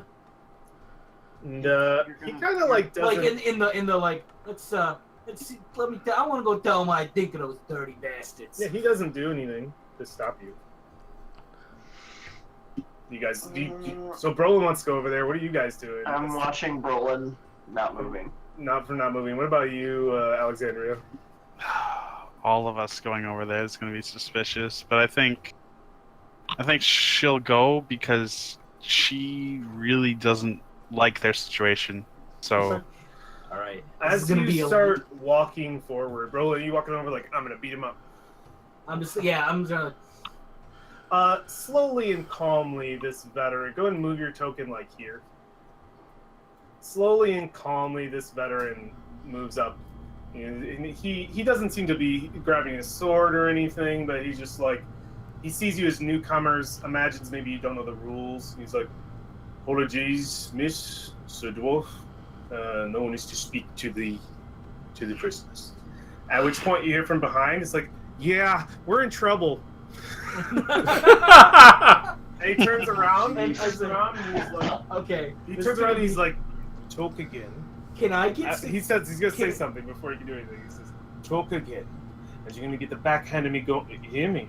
And he says, of course, Daddy. Asteria. At which point the reptile yes. jabs him again, like, stop it. He's like, Okay, me and Alexandra might hopefully will back me up. I'm just like, hey, listen. I give him a dirty look. It's like, I've been eyeing these two bastards all night. Let me tell you, I gotta let the say to them. He looks at you and he says, whoa. He says, no one needs to beat them unless that is requested by Commander Niles or one of the two captains. I'm sorry. I've lost too many dwarven brothers to the dirty bastard deserters. And he looks at you. Make a persuasion. I'm saying, like, how about you turn the other way? How much? Just make a persuasion check, and we'll see what you get from this guy. He's like looking over to you, Valorio. Like, what's with this guy? I'm giving the dwarf a look too. Like I'm siding with him a little bit, not verbally, but I'm giving him similar. Like, what the fuck is this look? Not 100% in it. I'm ready to throw Brolin under the bus if it lets me talk to them. Ultimately. Persuasion. Oh yeah. He says, "Hold your horses, dwarf. This is nobody's beating on them. You bastards! You want to say your piece, but you're not getting any closer than this." I look at the guy. Of Niles, I look at the guy, the one that says "Daddy." This motherfucker. I know exactly who you are. At this point, He stops, and his eyes wide. You do? He's like, no. Let me rephrase that. I know exactly what you are. Oh, what you are? Okay. What you are. What's Valoria doing? And I'm gonna make sure that you get yours. At which point, I think he just kind of goes, I don't even know this guy. What's Valoria do? Valoria's gonna put her hand on. He's really short. Yeah. Oh, she's totally gonna do this. She's gonna put her hand on top of Brolin's head and give it a reassuring pat. And she's gonna say, Brolin, my friend, Tyr's justice will find its way to him. Your fist need not act as his instrument. Please make a persuasion check with advantage, Valoria. I just want good cop, bad cop. What about religion? I'll let religion go through. Oh, snap. Let's see it. I just told it to roll. Oh, there it goes. Just the he smiles and he says, "That it will, sister. That it will. Are you of the faith? I've not seen you around the camp before. You were with the travelers. You too worship Tyr." I worship many gods, Tyr being one of the few that I hold highest in regard. I am in this jungle to bring his justice to the undead. And I think he says, "As are we. Must be why you came. Well, I hope that," he puts a hand on his shoulder, "I hope that your conscription goes well, that you receive a high rank from the commander. Look forward to fighting side by side with you on the battlefield. Perhaps we will meet there soon." And he puts a hand on his shoulder, yeah. And he smiles and he says, "Don't worry yourselves with these traitors. Tyr's justice will be seen swiftly. But if there is an execution, they're usually held to be private. I may be able to get you in to see it if you wish to see. If your little friend here wishes to see to his justice done. Yeah, that would be good. Right. Well, Indeed, we do wish such. However, Tyr in this war needs every tool in his armament, and I feel like the knowledge they possess might help us with our future endeavors against the undead. And I would love to question them before they are sent to his hall. looks over and he's like, I would love to have you be able to question them, and you have good reason. Very good reason. I don't have the authority to allow that, though. I have to keep guard. But if you need to question them, you can speak to Niles Breakbone or one of the captains, tell them your reasoning, and I will gladly step aside with a writ from them, or if they come themselves and allow it. Well, that's fair. If I'm not getting anything out of a 20, then there's no way I'm getting past this You're guy. getting it out of him. He's like suggesting that he's like, you just can't, because it's like, that's breaking my oath, and like that's literally his thing. Is truth and honest. That's a lot of these guys. He's like, I can't let you speak to them, but yeah, you can talk to them and see if it's possible. Tell them the same thing you told me. I'm sure you will be able to. Perfect. Thank you. And thank you. Now he will have a name and exist. Thank you, nameless NPC.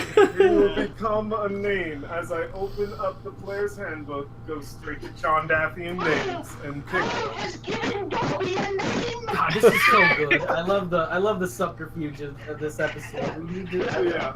I'm gonna have to kill this guy later, and it's gonna hurt. You're not wrong. You just named him. Why? This guy, yeah, he's getting named right now with the Chondat, with the yeah. We'll do Callan. Oh wait, where's a good one? A luscious. Oh, there's Chondat. Gavin. Gavin's my name. Gavin Silverglass. Good to meet you. Ooh. Don't ever forget that name, War. I will ask it for you again. I have it written down. Gavin Silverglass. Yeah, and he shakes your hand. Excellent. I love the way that went. That's beautiful. All right. So back in the tent, and for the ending episode action, Niles Breakbone is in the midst of still trying to convince you, Asteria, and you're just hardlining him. Oh yeah, I'm hardlining him. And he just says, I did so hope that you would think differently. I have the same conversation that I'd like to make with the others and see what they say, if they say something similar. And I will get back to you on my final decision. And he kind of looks up and he sits up and he pulls a hand out. And he's like, it was good having this conversation at the very least. I take pride in telling anyone of my faith and my work. And he goes to shake your hand, Asteria, and as he does, you hear a boo-doo! And Niles looks up and he's just like, oh, the scouts have returned. Gates are opening. Good.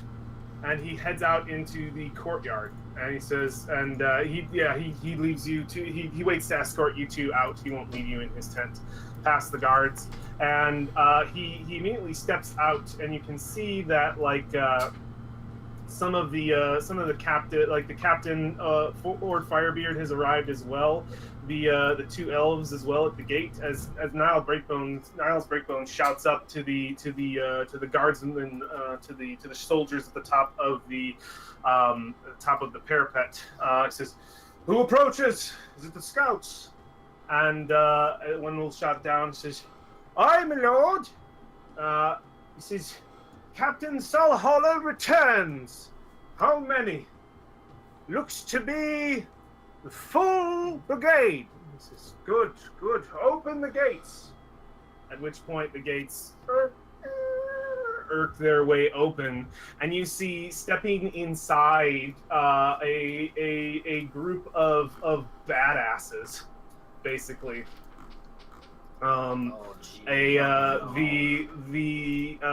You see a woman enter. She is fully armored. She's fully armored head to toe in full plate. She has long, dark, raven hair and starch blue eyes, and a striking beauty to her as well. She has a sort of cloak on top of her, similar to that of Niall's breakbone, but in a little bit better condition, actually a lot better condition, and it has these sort of feathers built into it. You imagine feathers of an axe beak or something. Into the cloak, and at her side is a individual who looks to be of the wizardly type, maybe like a sorcerer or something. You're not sure. He is in full robes and regalia, of all of them wearing the full sort of regalia of the gauntlet. Step in, and as they approach, like you see these basically one wizardly type. Let me grab this token. Cool.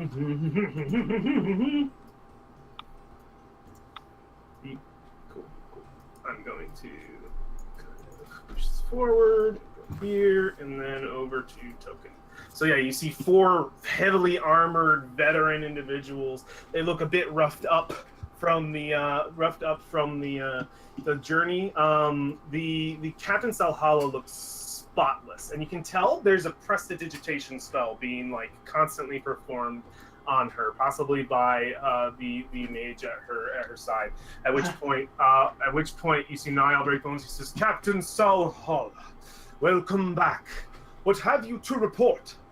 And she says, "Captain, it's good to see. Commander, it's good to see you." And she puts her hand out and shakes his hand. She says, "It seems that everything's in tip-top shape, and some faces that I haven't seen." She has an accent. Some faces that I haven't seen. Good. Reinforcements have arrived. He says, "It would seem so, yes." And it says, "But yes, your report." He says, "Shall we have it within the tent?" He says, he looks around. I see why. I don't see why that's necessary. Tell us what you have to say to me. You have to say to the entire camp. We are one, a family. She says, "Of course, Captain, of course, Commander, as you wish." Says, "The undead are approaching. They are coming in troves. A bigger force than we've seen in the last few 10 days. Very large. They are approaching this way. They will be here within, I imagine, nightfall. And they are moving quickly."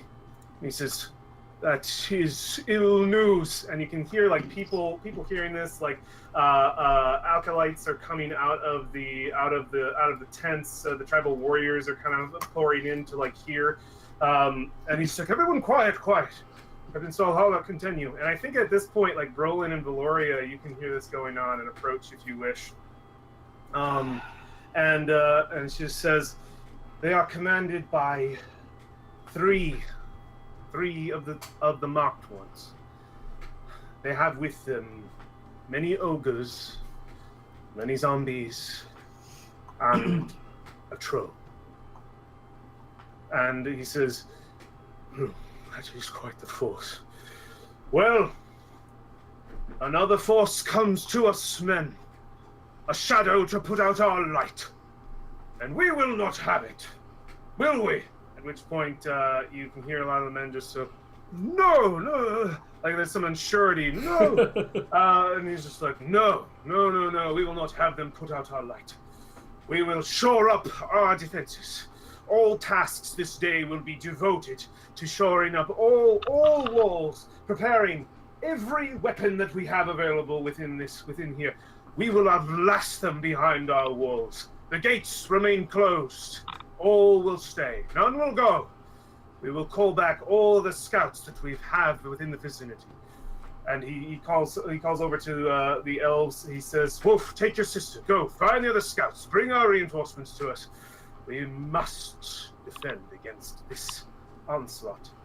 And he looks to all of you, and because he sees that you guys have gathered, he's like, "Welcome, guests. Seems as though the tides have turned. I cannot allow you to leave, for your doom would quickly come after. If they surround us, if they come in close, I doubt your escape would be nimble.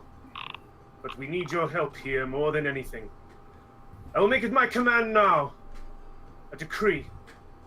No one leaves this fortress until every undead that comes towards us this night is slain. And that's where we're going to end the Oh episode. boy. Slow pan over all these heads to Valoria, who's between the two tents, right up to her stone cold dead face. Shit! Black. There is a decent chance at the beginning of the next episode we might see full angel mode, and Right. they're pretty holy people. Our after episode, one thing, our after episode credits, we get a shot as it opens up on the two individuals tied to the poles, and we see the human. He's trying to get his foot as close to his mouth as possible, and you see that there's like a chicken bone in the end, or just like a scrap of meat from the from the goat. It's just like. At which point the